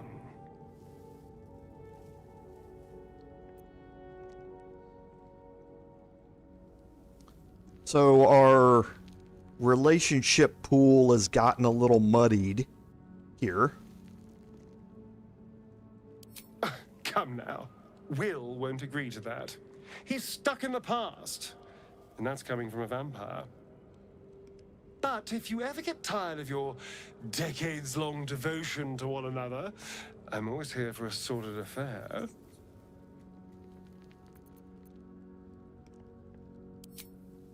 You little scoundrel, you. But for now, I'm more than happy for you and your newly acquired blade. If only he was as sharp as me. Oh, I love Astarian's dialogue. But I don't have time to Wags his tail, a wax small rhapsodic bag about it clenched again. between his teeth.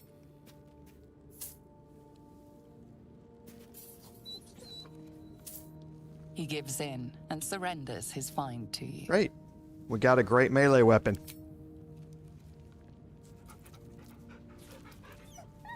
Scratch's tongue lolls out happily, his tail wagging even faster.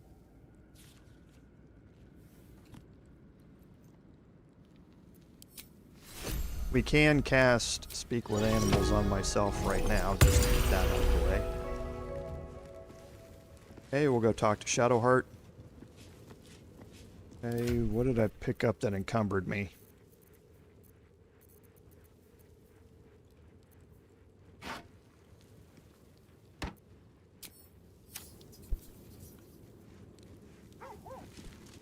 May the darkness protect you. He's trouble. Worse, he's a traitor. Whatever loyalty he had towards Lady Shah is long gone.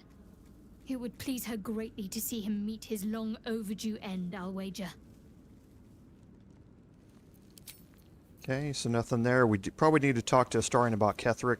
Ah, my favorite traveling companion. Cazador, sired 7 spawn. Me and my 6 brothers and sisters. He always insisted we were a family, even when he was carving scars into our flesh. I was one of his first. Some of the others came years later. He was a monster to us all, but did take special pleasure in my pain. He said my screams sounded sweetest.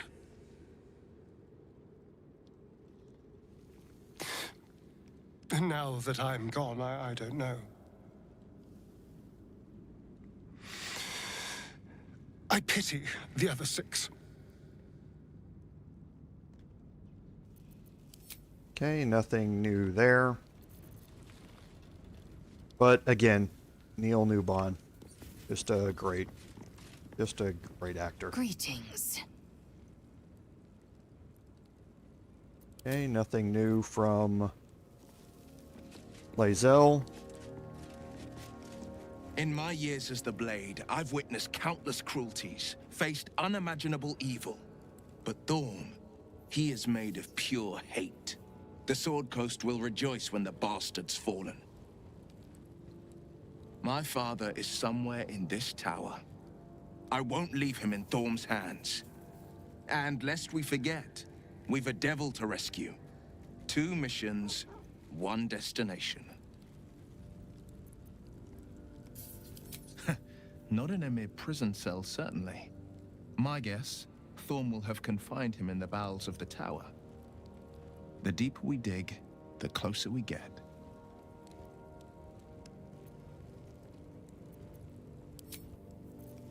Okay.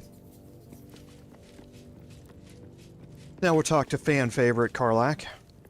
Hey, soldier. Okay, nothing new.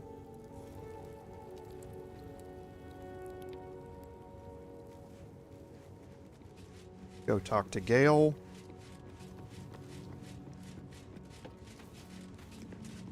What's on your mind?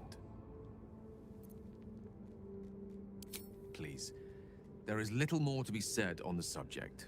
The best thing you and I can do is march on towards whatever awaits us.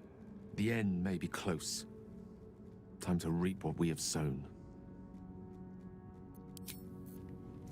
Okay, so the last thing that we're going to do here is deal with Wyll.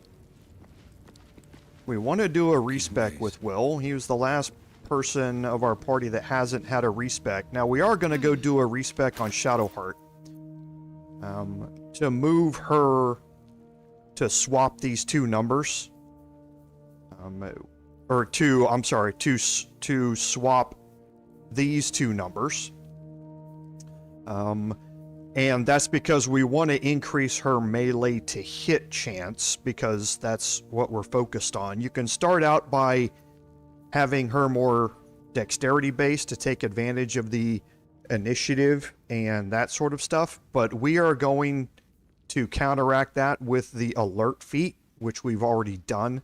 So now her high dex, while it currently serves a purpose with her medium armor to give us a +2 bonus, we want to get the additional plus to hit.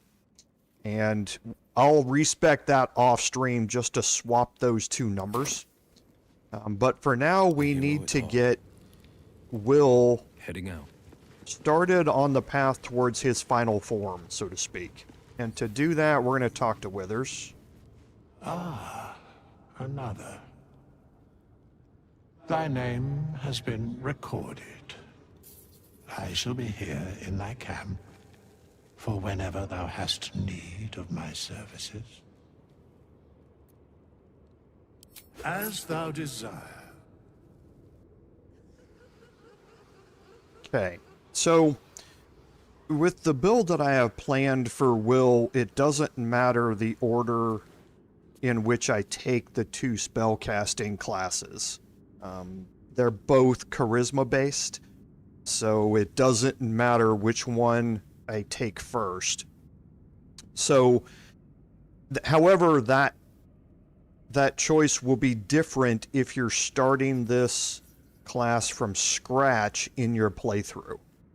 In that case, I definitely would start with Warlock, but because I'm at the level I'm at, it doesn't matter which order I do this in. So, for now, I'm just going to start as Warlock, and our two cantrips here, these two are perfectly fine. We're going to be expanding on this later on. So I would take these two. We're going to have much more opportunity to deal with cantrips here in a little bit. For the subclass, we want the Great Old One, and the reason for it is because of Mortal Reminder. When you land a crit, then all the enemies around it must pass a Wisdom saving throw or become frightened. This build is going to be seriously crit-based, and because of that, the Mortal Reminder is going to be landing a lot, and we want to be able to take advantage of that. So for our spells here, it doesn't really matter what we're taking with these. I am going to take Hex. I'm not going to be using my my reaction for Hellish Rebuke, so I could go a bunch of different ways here. Like I say, it's all 601, half dozen the other on how you take this. I'm going to take Armor of Agathis for now. And for your abilities, so Strength is going to be a dump stat for us. So Charisma's obviously our main point, and we're going to take that to 16. We're not going to be taking a set of feat selections that are going to be able to get me up to 20 here, so I'm going to settle for 18 in how I'm going to go about that. So I'm going to get Wisdom up to 10 for the saves, and the same for Intelligence. For Constitution, I'm going to up that to 14 to help manage our concentration, and that's going to work hand in hand with the next subclass or multi-class that we're going to throw in. But for Dexterity is going to be where I want to put the remainder of my points, and that's because, one, I get an armor class bonus out of it, but two, I want Wyll to be able to roll high in the initiative order because of the amount of burst damage that he's going to be capable of doing. Okay, so as far as the skills go, it doesn't really matter. I've got a bard in this party, so I don't need either deception or intimidation. So I'm going to put these, put this one into, I think I've got enough nature already. Probably just throw this into history. Well, I lost the religion when I respec last time, so I'll put him back into that, just to have somebody else with that skill. Okay, and that's going to get me into level 1. Now, there are a few different ways to build this out. You could rely on Gloves of Dexterity to get your Dexterity up to 18. you're going to want to swap those out later on. So if you're starting this build out, you could drop dexterity a little bit and rely on the gloves of dexterity until you get the replacement gloves, and then do a respec with him. But ultimately, you will not be using the gloves of dexterity for it. So that's why I bumped dexterity with the points that I have here. So now we'll go through our level up progression here, and it's fairly straightforward.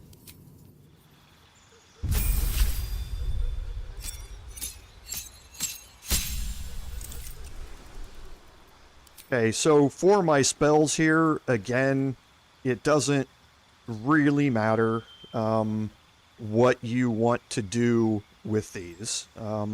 The concentration that we're going to be dealing with is, again, depending upon who's doing it, but it might be darkness, it might be something else that we're going to get to in a little bit. So trying not to get concentration spells here that I'm just not going to use later on. And I guess it probably makes sense to go with Hellish Rebuke, but I'm going to go with Arms of Hadar.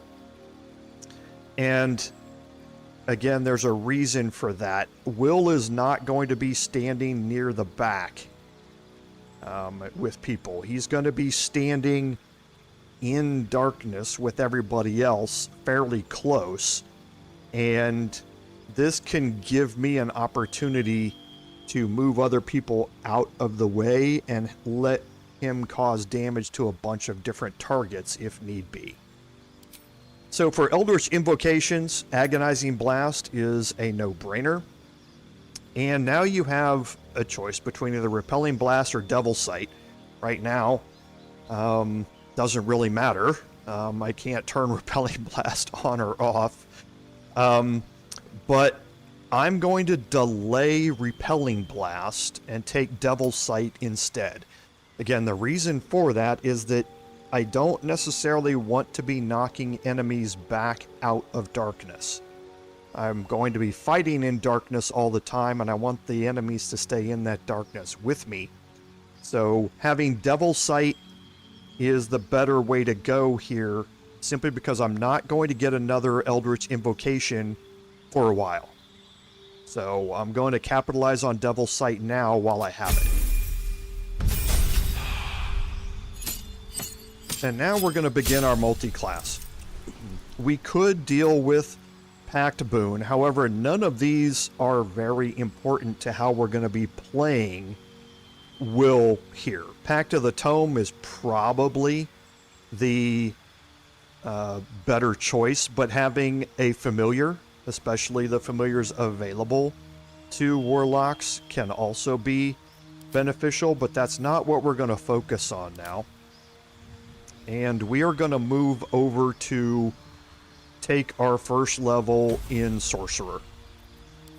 Okay, now here's what I meant about cantrips. So, sorcerers get 4 cantrips here to start off with, and we can start going through some of these. Bone Chill is just a great spell to have for a cantrip, period. Being able to impose disadvantage on an enemy and prevent it from healing can be incredibly useful, especially with some of the fights you're going to get into later on where enemies can literally heal 200 hit points on themselves. So having Bone Chill available is always useful. I'm going to take Friends here. I honestly can't remember how I've built out my...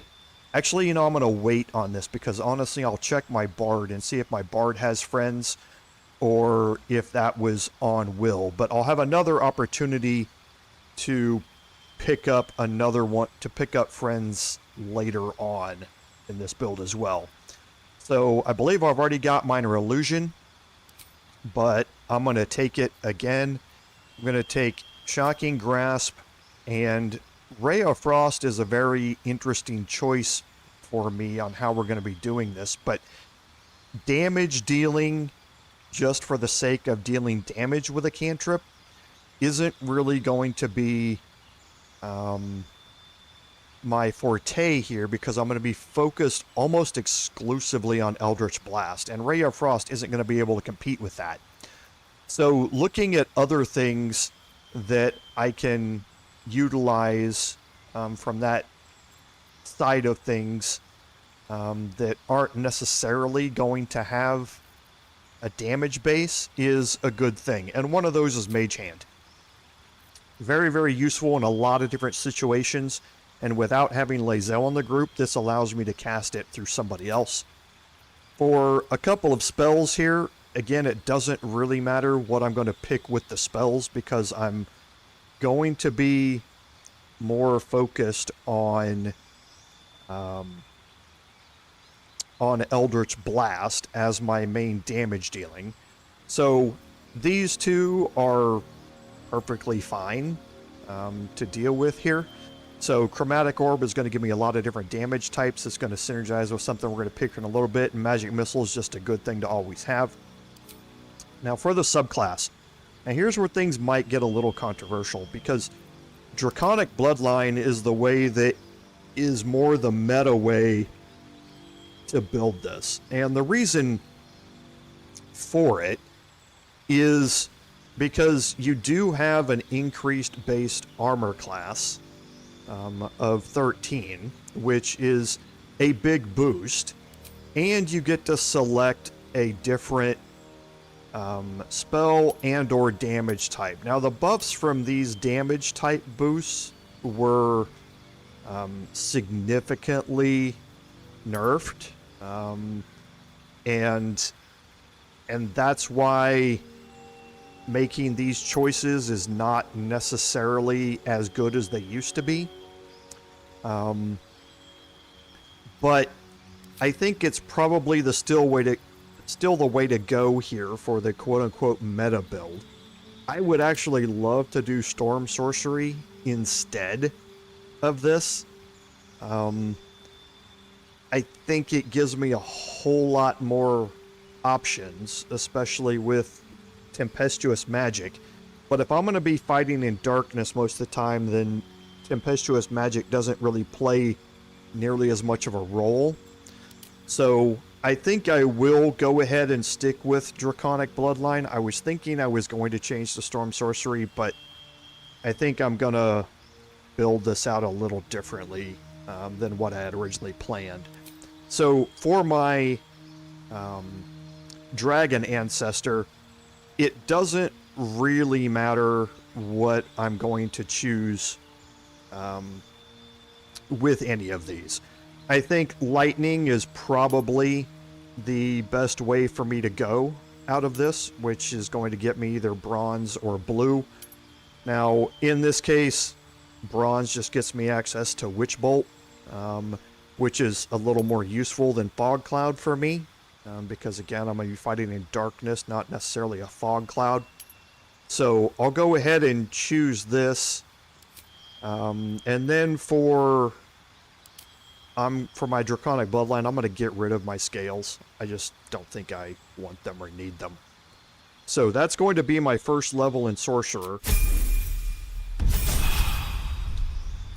My second level in Sorcerer here, again, for my spell choice, doesn't really matter as much. I think Shield is probably a good choice to have. For my class passives, though, the one that we really want is not going to be available for us here yet. So what we choose here is going to have less of an impact for where I am in the game and my leveling. If you are doing this class from the start, taking Twinned Spell is going to allow you to get an additional ray of Eldritch Blast before you get your second ray at level 5. So you would have the opportunity here to twin Eldritch Blast and get 2 rays of it, one level before you would normally get it. Eldritch Blast at level 5, it's not based on Warlock level, it's based on your character level. is going to get me an additional ray. Twin Spell is still very useful, but it will become even more useful if you were playing this build from scratch and didn't have the additional level ups that I already have. Twin Spell does not gain you additional rays after you gain the second ray at level 5. You can use it for other things though. One of the big things that you use it for is for haste, being able to haste multiple targets. But that is one that I'm going to take. As for the rest of them, the other two, it doesn't really matter as much. So Distant Spell is probably the better out of all of them, because the other things that I'm going to have aren't really going to necessarily benefit from Extended Spell or Careful Spell in a way that we're going to need. As far as Replace Spell goes, there's nothing that I necessarily want to get rid of and swap out, so we'll leave those where they are.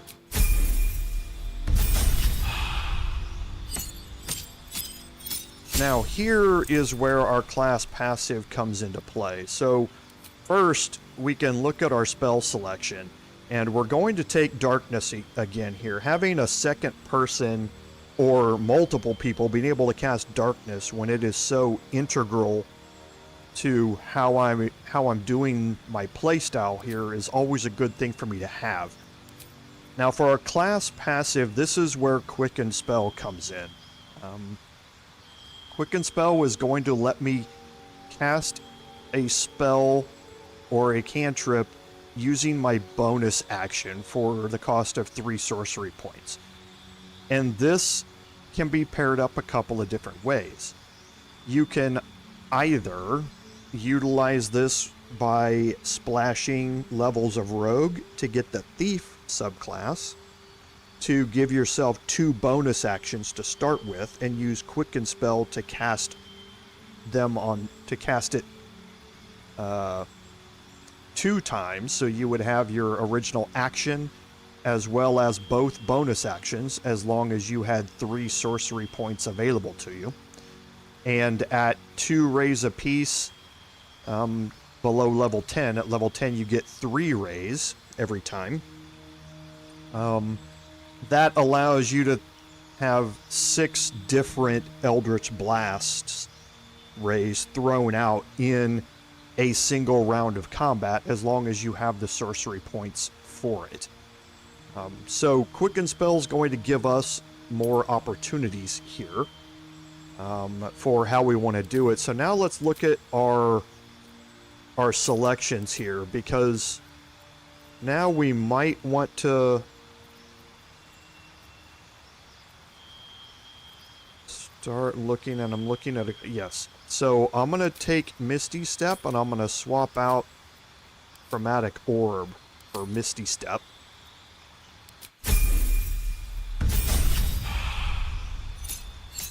Okay, now you get Sorcerer level 4, and here's where our feat comes in.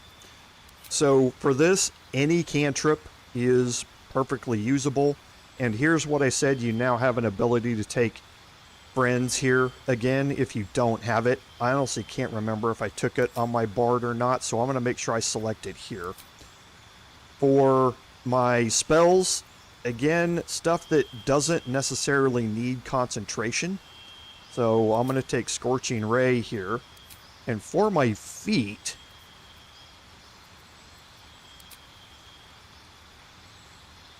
I'm going to take Spell Sniper, and this is going to drop the roll I need for a critical hit by 1, and it's important that it says this effect can stack.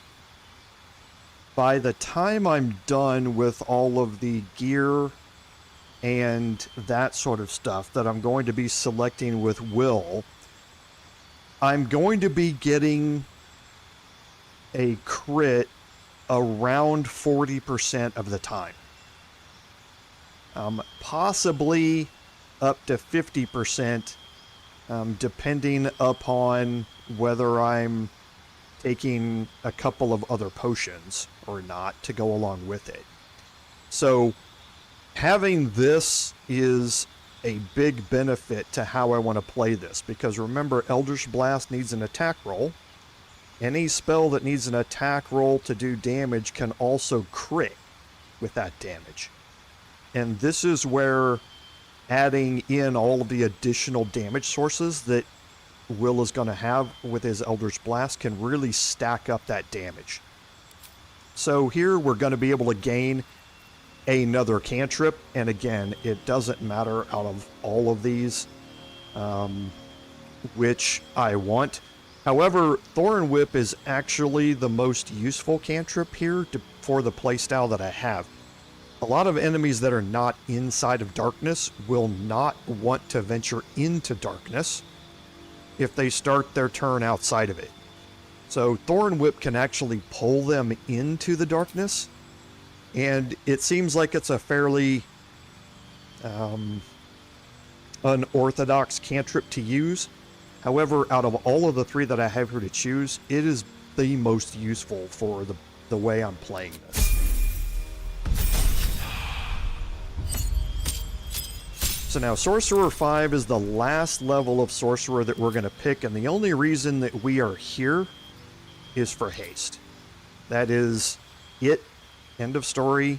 No other choices, no other selections. We are here for haste. Now, actually, I take that back. We're going to have one more level into Sorcerer because we need to pick up another spell. But at level 5 Sorcerer, as quick as you can get it, pick haste.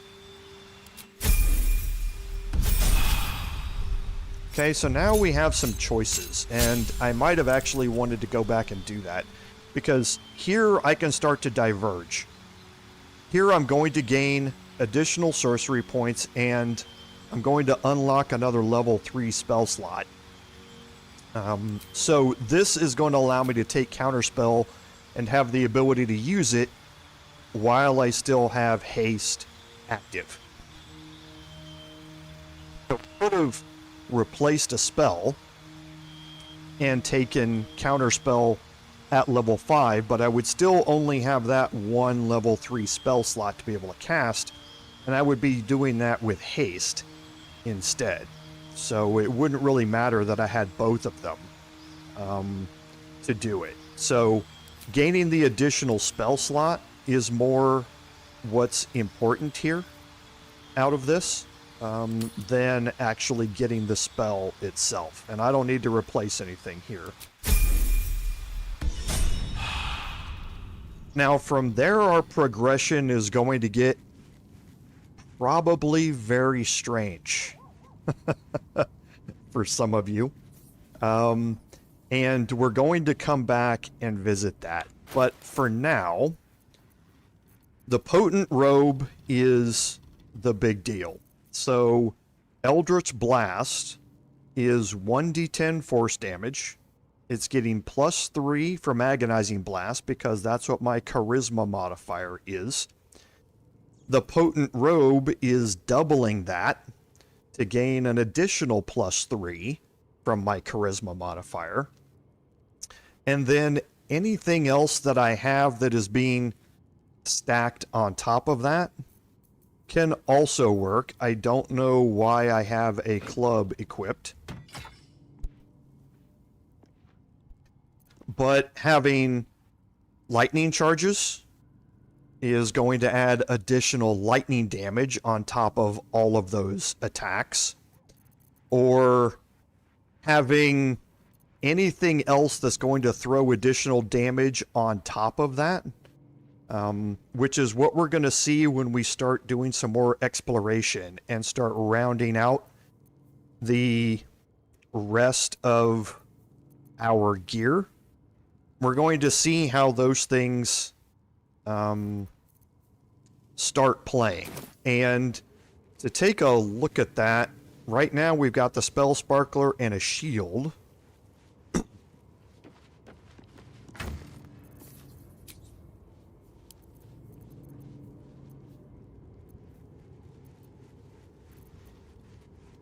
Okay, so Astarion probably has it.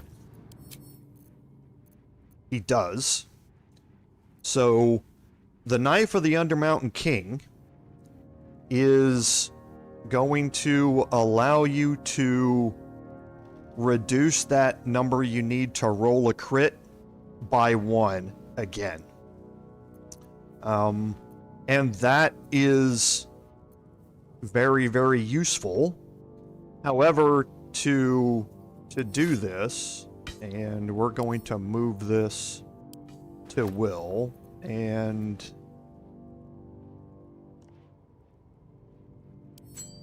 the strange conduit ring, we're also going to move to Wyll. And I think that's it. I do want to look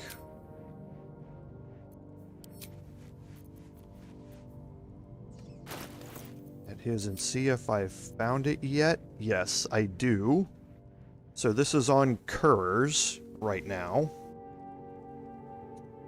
So I'm going to swap this from Kurz to me.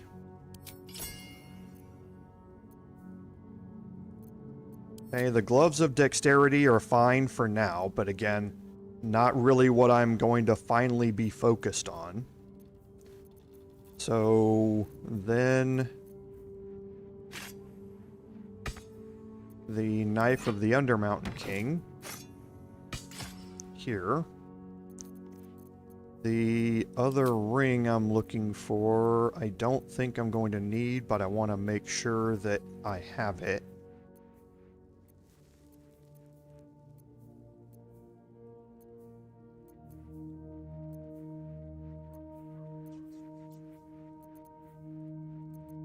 Okay. So I have Crusher's Ring for movement speed. I don't necessarily need that. The Spark Swall, where it can't be electrocuted, I don't care about anymore. I'm going to change that to the Strange Conduit Ring. And I don't think I have the others, so I haven't gotten there yet. And again, just, it's been a while since and all the different playthroughs, going through and making sure I know what I have here. So the Ring of Twilight is probably a good one to put on for now.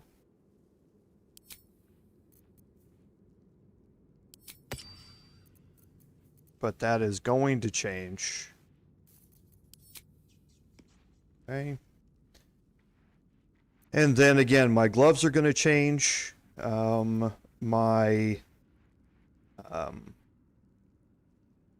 My necklace is going to change, and my boots are going to change. I just don't have the gear that I'm particularly looking for yet on those. I don't believe. Yes, I don't. Go look in the chest.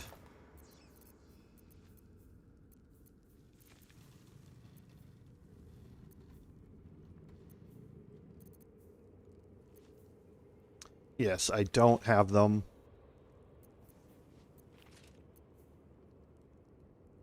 Okay, so I do have one pair that I can use for now.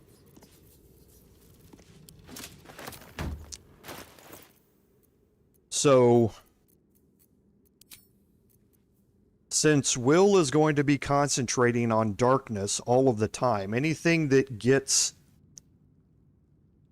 additional bonuses from his concentration is going to be good for him. So the Vital Conduit Boots is going to gain him 8 temporary hit points out of that deal. But again, I'm not going to be focused on that as much for right now. So my rings, and I'm going to be gaining additional damage and actually the Strange Conduit Ring is not the one that I was looking for, because I don't have either one of the 2 rings I need yet. And the Strange Conduit Ring isn't going to do anything for Wyll, because it's weapon attacks only.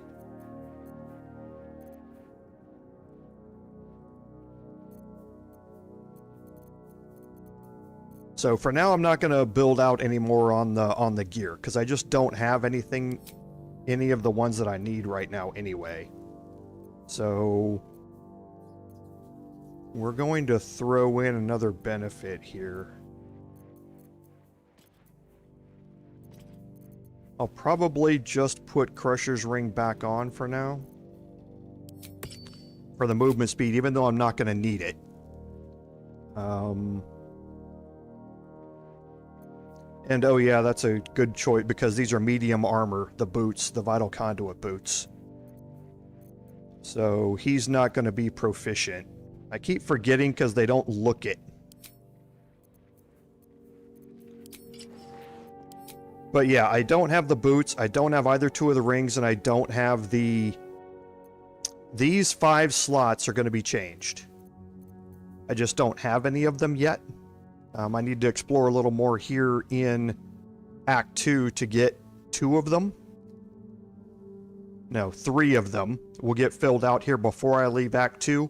The other 2 are going to get filled out when I move into Act 3.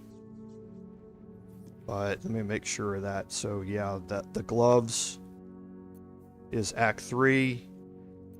The necklace is also Act 3. Yes.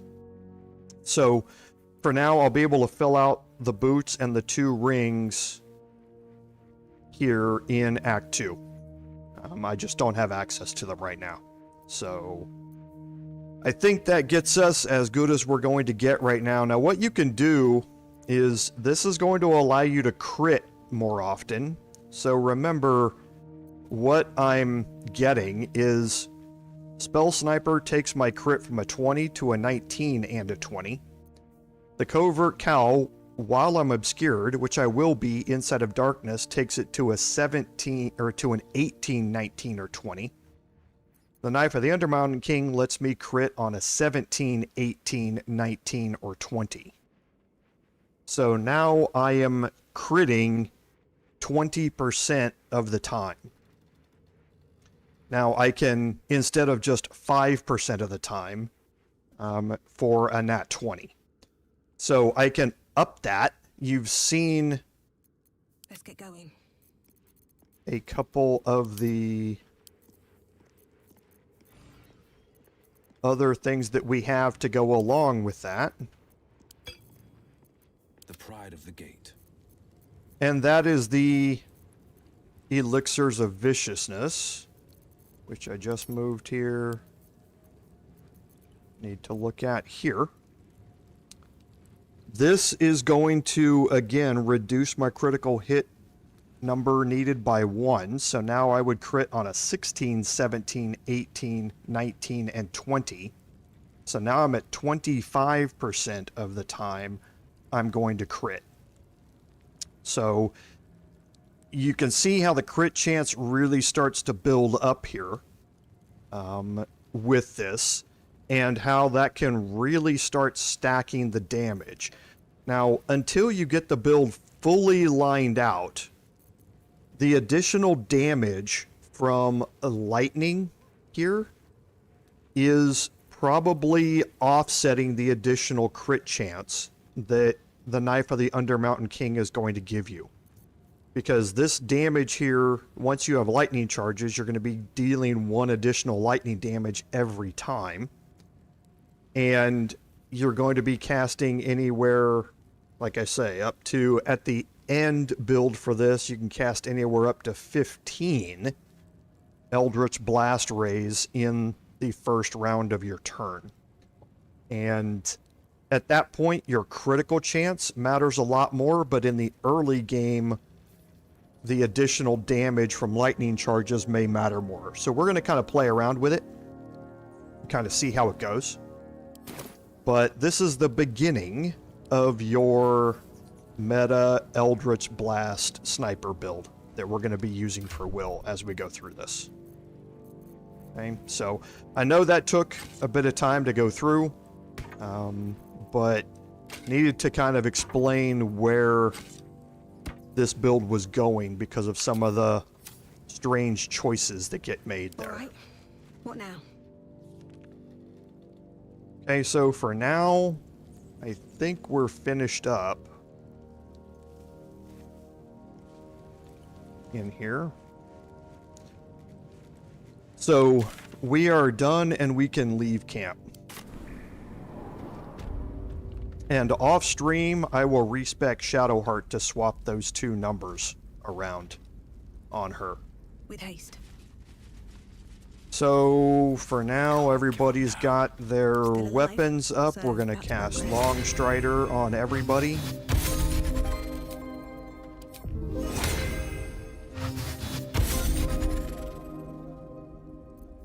No, it does not, Ostomer, and that's the thing about it. Not being proficient with it Where am I needed? doesn't unlock any of the proficiency unlocks down below, but it does not change the trait taking effect. It just means that I'm not going to have any of these, the Flourish or the Piercing Strike, available to me, but I'm not carrying it for that purpose.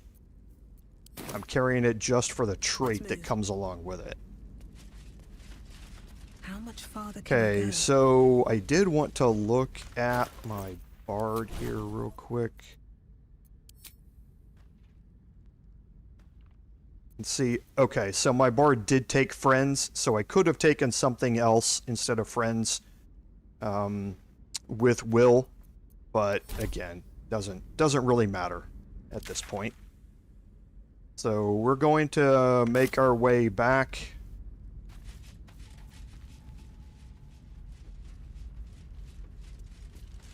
Yeah, with armor not being proficient in it means that you can't cast spells. Weapons not being proficient in them just means that you're going to lose the unlocks that go along with the proficiency bonus for that particular piece of equipment.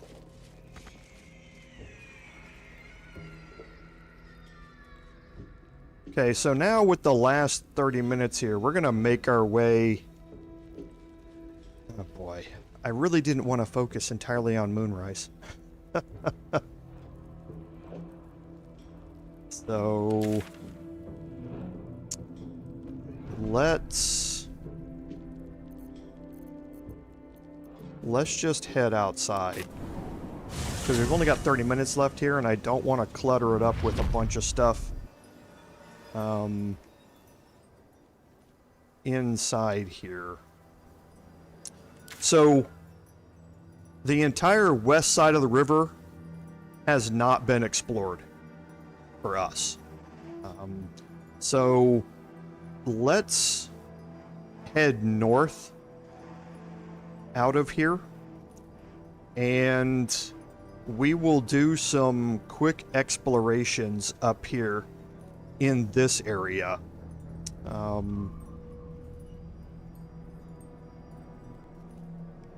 To finish out the stream.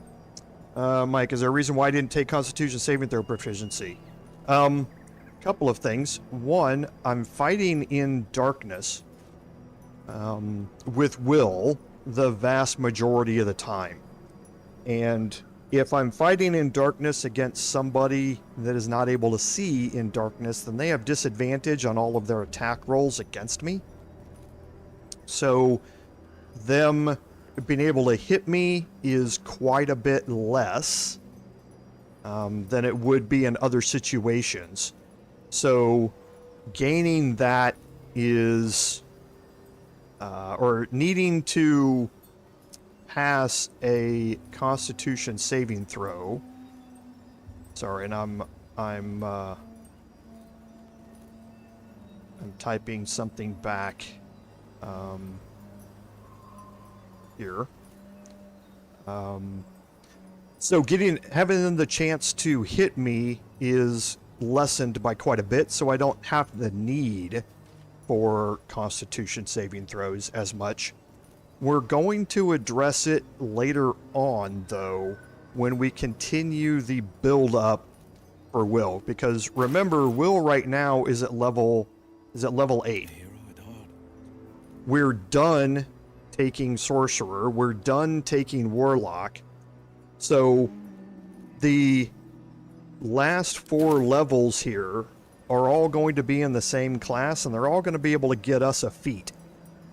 Now, I could be able to take 2 more levels in Warlock and get a feat there, or I could be able to, and then spend the last 2 levels in the other subclass I want to do. I haven't really decided how I want to do it.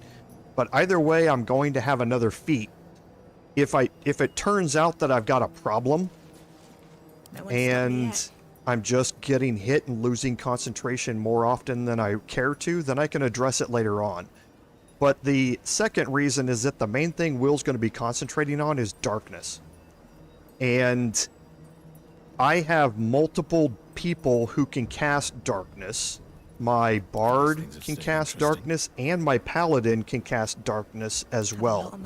So having multiple people being able to bring that spell back up once it goes down also helps to negate the need that I have for a Constitution saving throw. Moving in. So we're going to kind of play it by ear and test a few things, but I have some options left later on for how I want to go about managing that if it becomes a problem.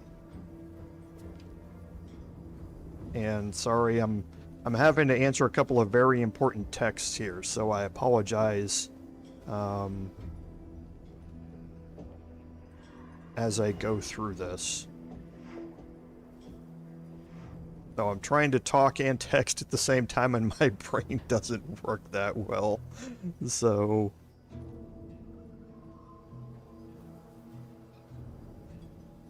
okay. So let's head up here toward the center of town. What path lies before me?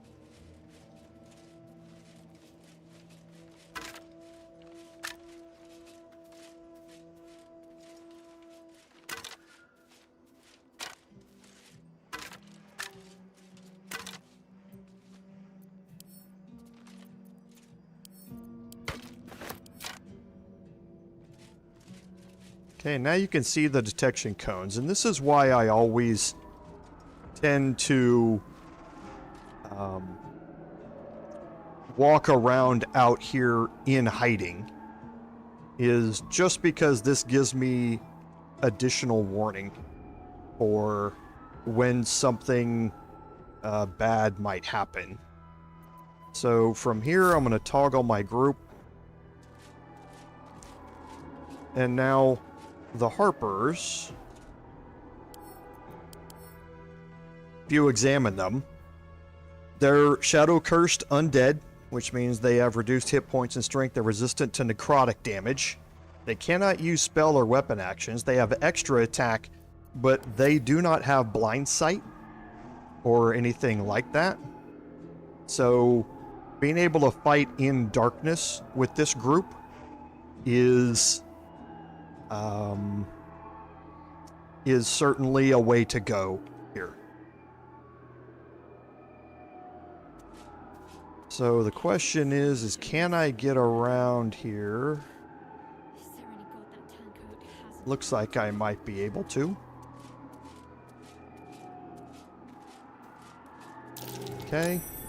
And we will start this fight off. Now, if you look and see, I have 1, 2, 3, 4. You can see there's more icons out here. And that's because there are shadows that are hidden out here as well. So this fight is more than just what you see. Okay, so I'm going to go ahead and start this off with advantage here.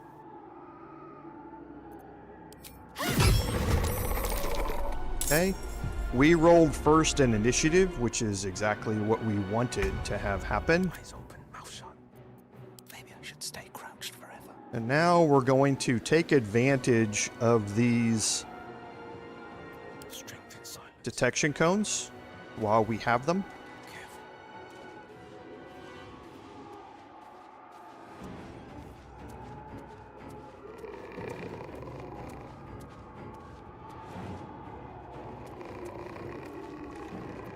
And move everybody up here.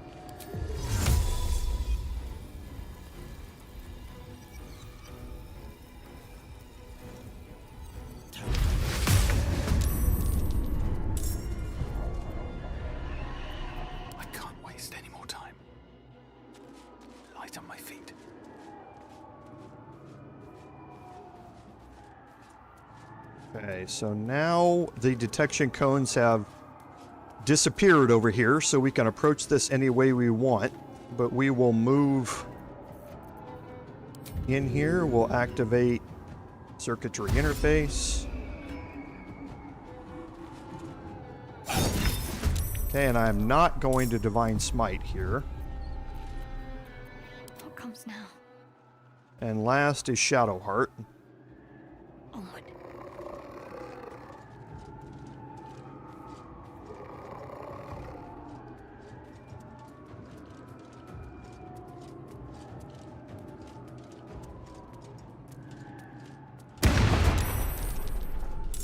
Okay. So, the interesting thing about, well, we'll deal with that here in a second. I wish I would have gotten into the darkness over here first. We'll see how this shadow reacts when we go through this. It's surprise, so I don't think it's going to matter. Okay, so now for me, I'm going to move my bard around here a little bit.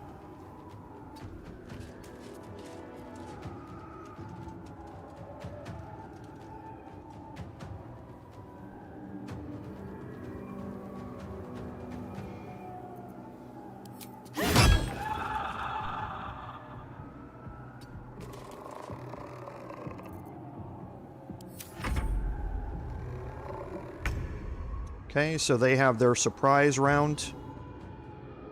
Now for Wyll.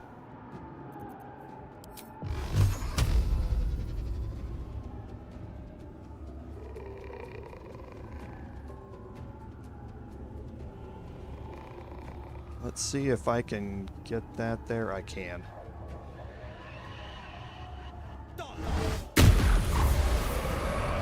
Okay, so that got rid of the shadow.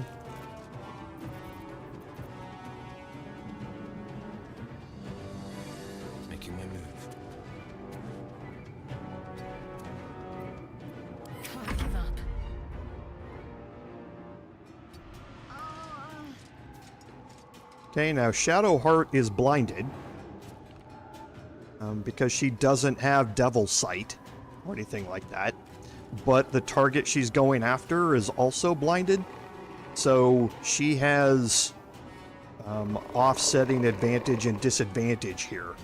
So her attack roll is going to be pretty good no matter what.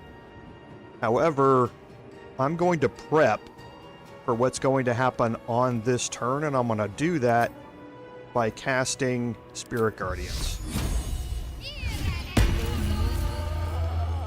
I picked the necrotic version, didn't I? That's unfortunate. I picked the wrong one. So yeah, that was just me being too quick, not paying attention. That was a misplay on my part. I want to make sure that my paladin is right in the middle of everybody, and he's within melee range of everybody.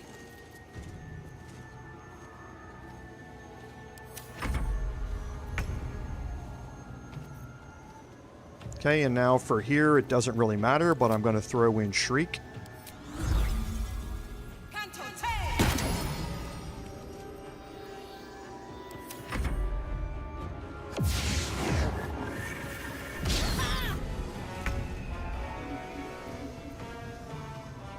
Okay, so now for Wyll, again, Eldritch Blast, all day, every day.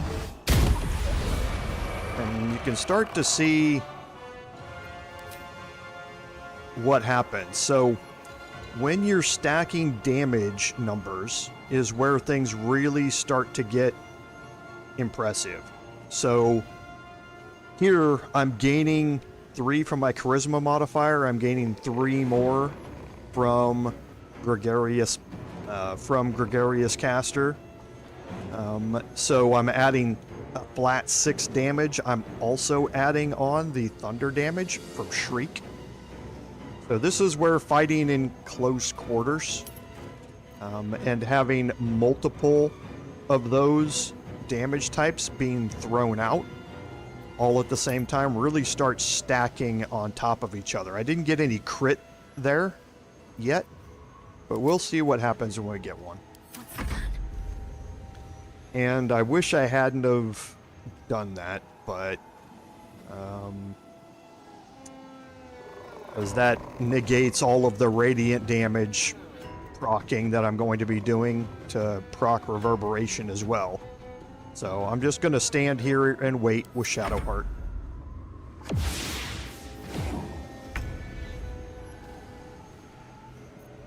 Okay, and I'm going to stand here and wait again.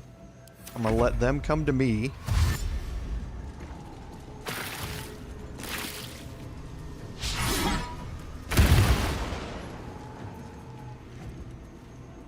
Okay, so now I can start to strike back a little bit with who we have out here, and I can get rid of one right now.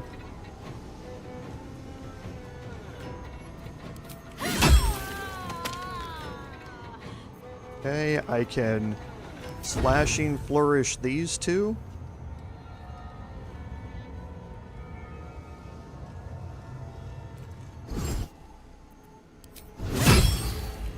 Okay, I don't know why that didn't hit him as well. It showed that they were both getting hit, but unfortunately I only hit one with that. On the victor's path. Again, with Wyll.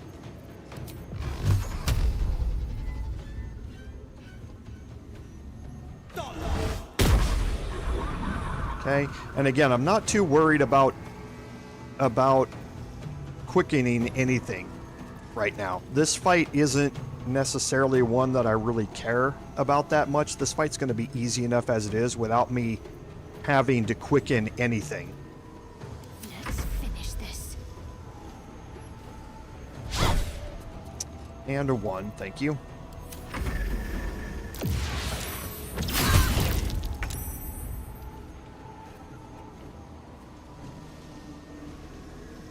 So now for me, where are we? 31 and 30. This shadow's going down next turn. So I'm going to move here.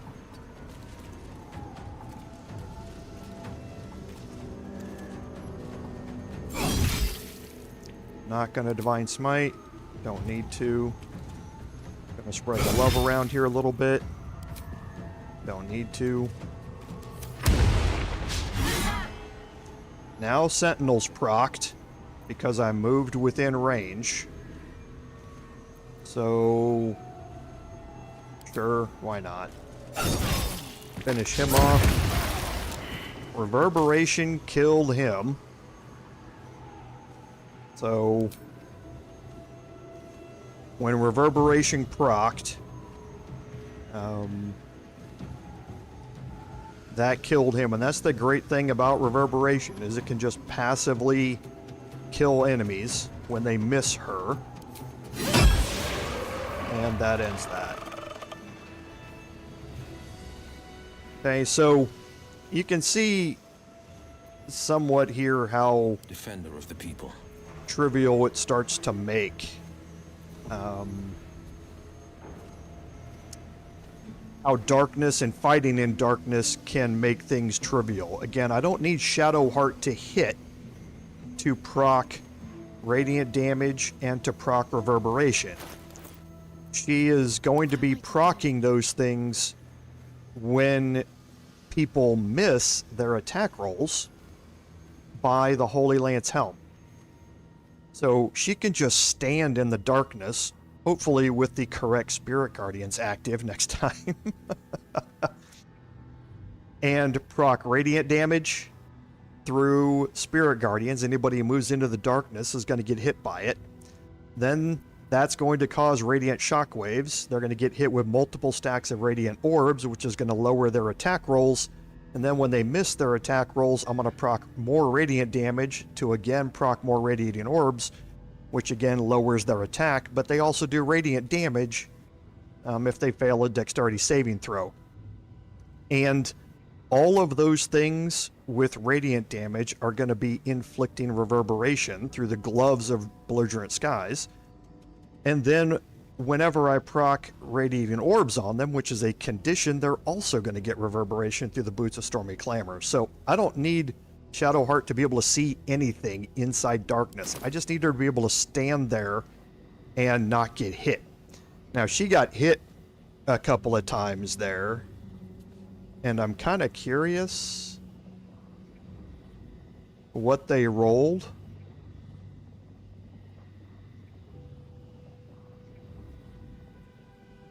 Because they missed Shadowheart there.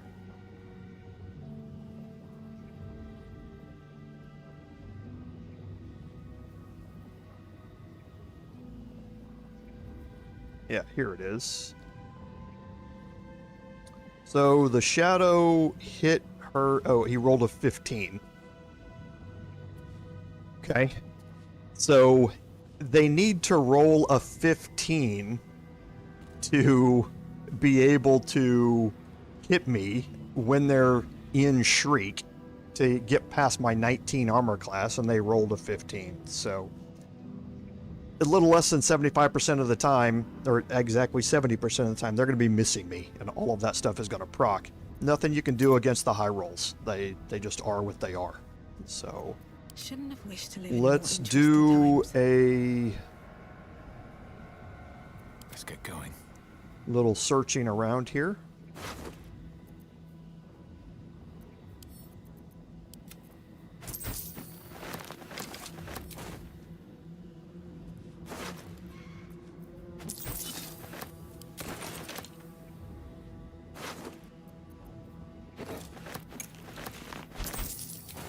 Okay, and all of this stuff we're just going to end up selling, except for the crafting supplies, obviously. Still breathing. Okay, and now we have this center area here. Okay, so we're going to...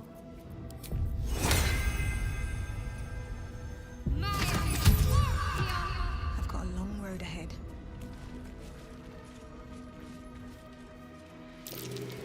Okay, so we passed a perception check here on this plaque. Was that a click I heard? There's something about Okay, and it has OURL at the top of it.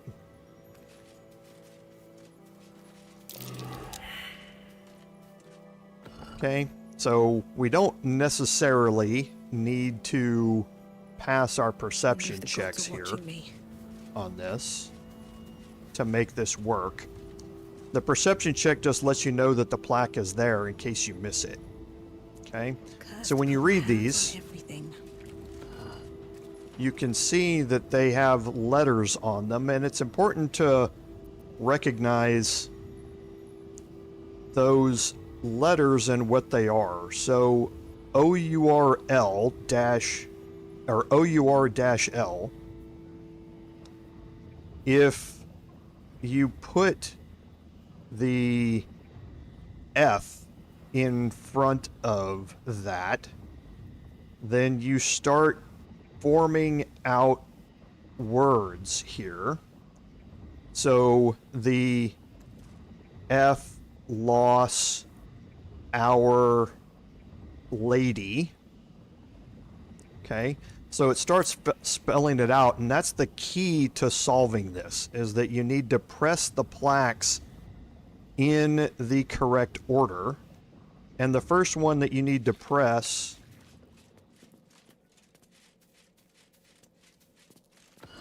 is the one that starts with the F. The next one is the one that has, whoops, not that one. So I need to go here and press this again to start it over. And then press this one here. And then here.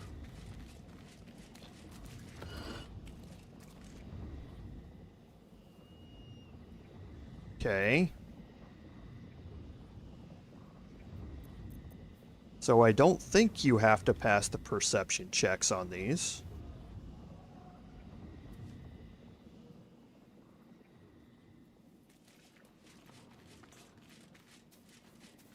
What did that do? Okay, so it might have reset it now. Okay, so it did.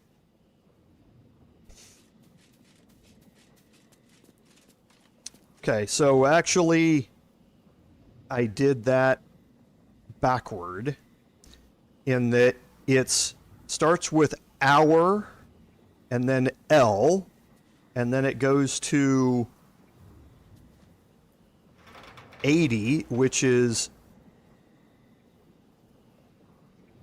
our lady, and then O goes here of loss. So it's the reverse order. You start with this one and work your way around the back, and then this one to open up the secret passage here. And it spells out a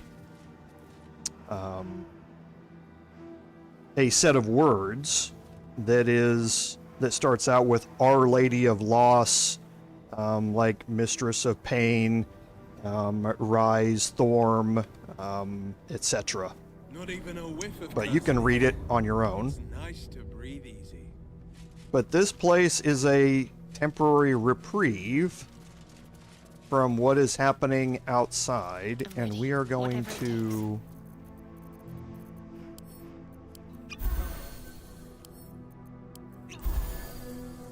drink a couple of these. One day I'll catch a break. And we need Shadowheart to... And of course...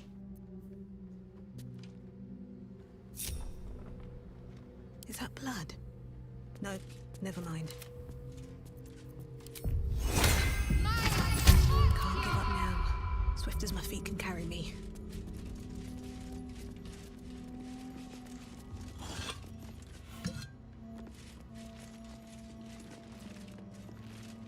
Do you accept Shah's test of your intellect?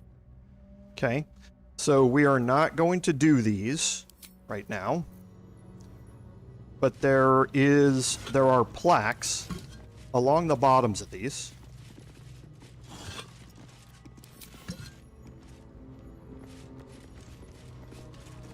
Do you think yourself wise enough to be granted Shah's blessing? Okay, so again, saving throws.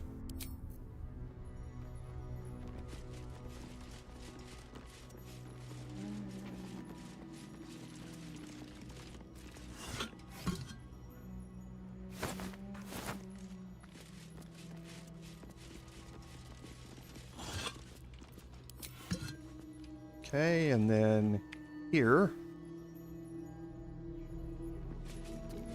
Are you bold of heart and sharp of tongue?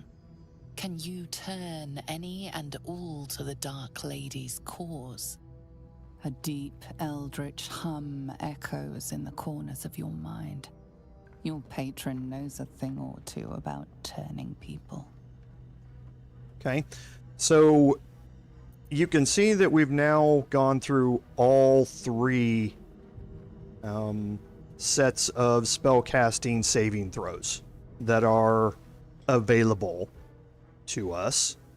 And the goal here is to pass all of them. And this will... You're going to need to have I believe these are DC 14 saving throws.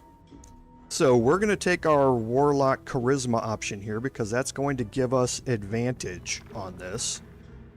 We could get a straight plus, what is this, plus 8.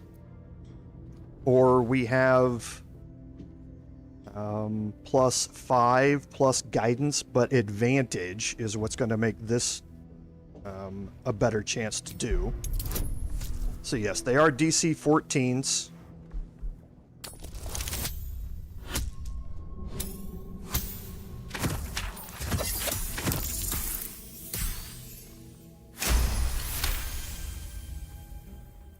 Confidence surges through you.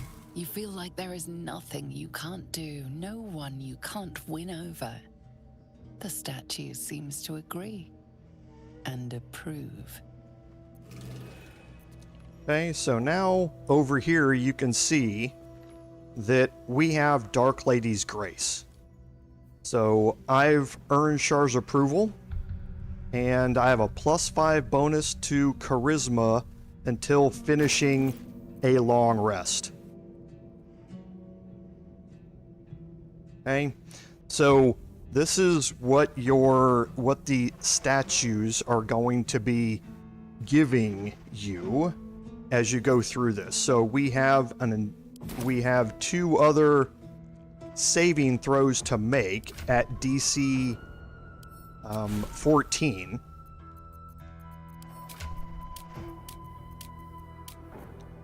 And whoops, I didn't need that. This. So I'm just looking. Okay. So I definitely want to do the I wonder what the next move is. Wisdom one, and I can't remember which one it is. Do you think yourself wise enough to be granted Shah's blessing? Okay, so now because of a Cleric of Shar, we can just bow our head and take the bonus, or we could make a saving throw here to go along with it being a cleric. A warm swell rises through you. Acceptance. You are worthy. Okay, and now again, Dark Lady's awareness, so she has a +5 bonus to wisdom until she finishes her long rest. And then for intelligence, Looking ahead.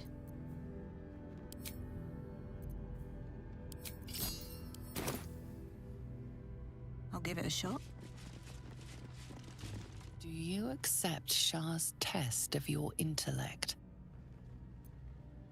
okay, so here you can see we're kind of is what it is. We're going to end up with about a 50% chance, but we do have resistance that we can throw into this.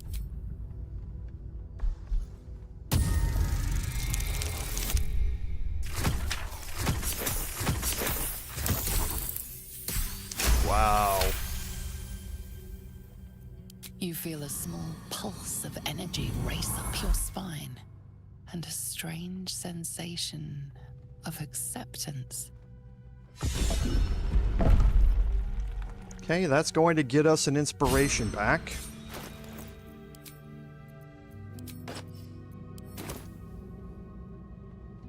And now we have this room that is opened up. Okay, so we can do a little bit of searching here.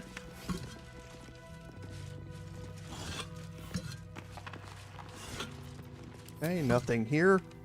And we have this altar here at the back. And with that,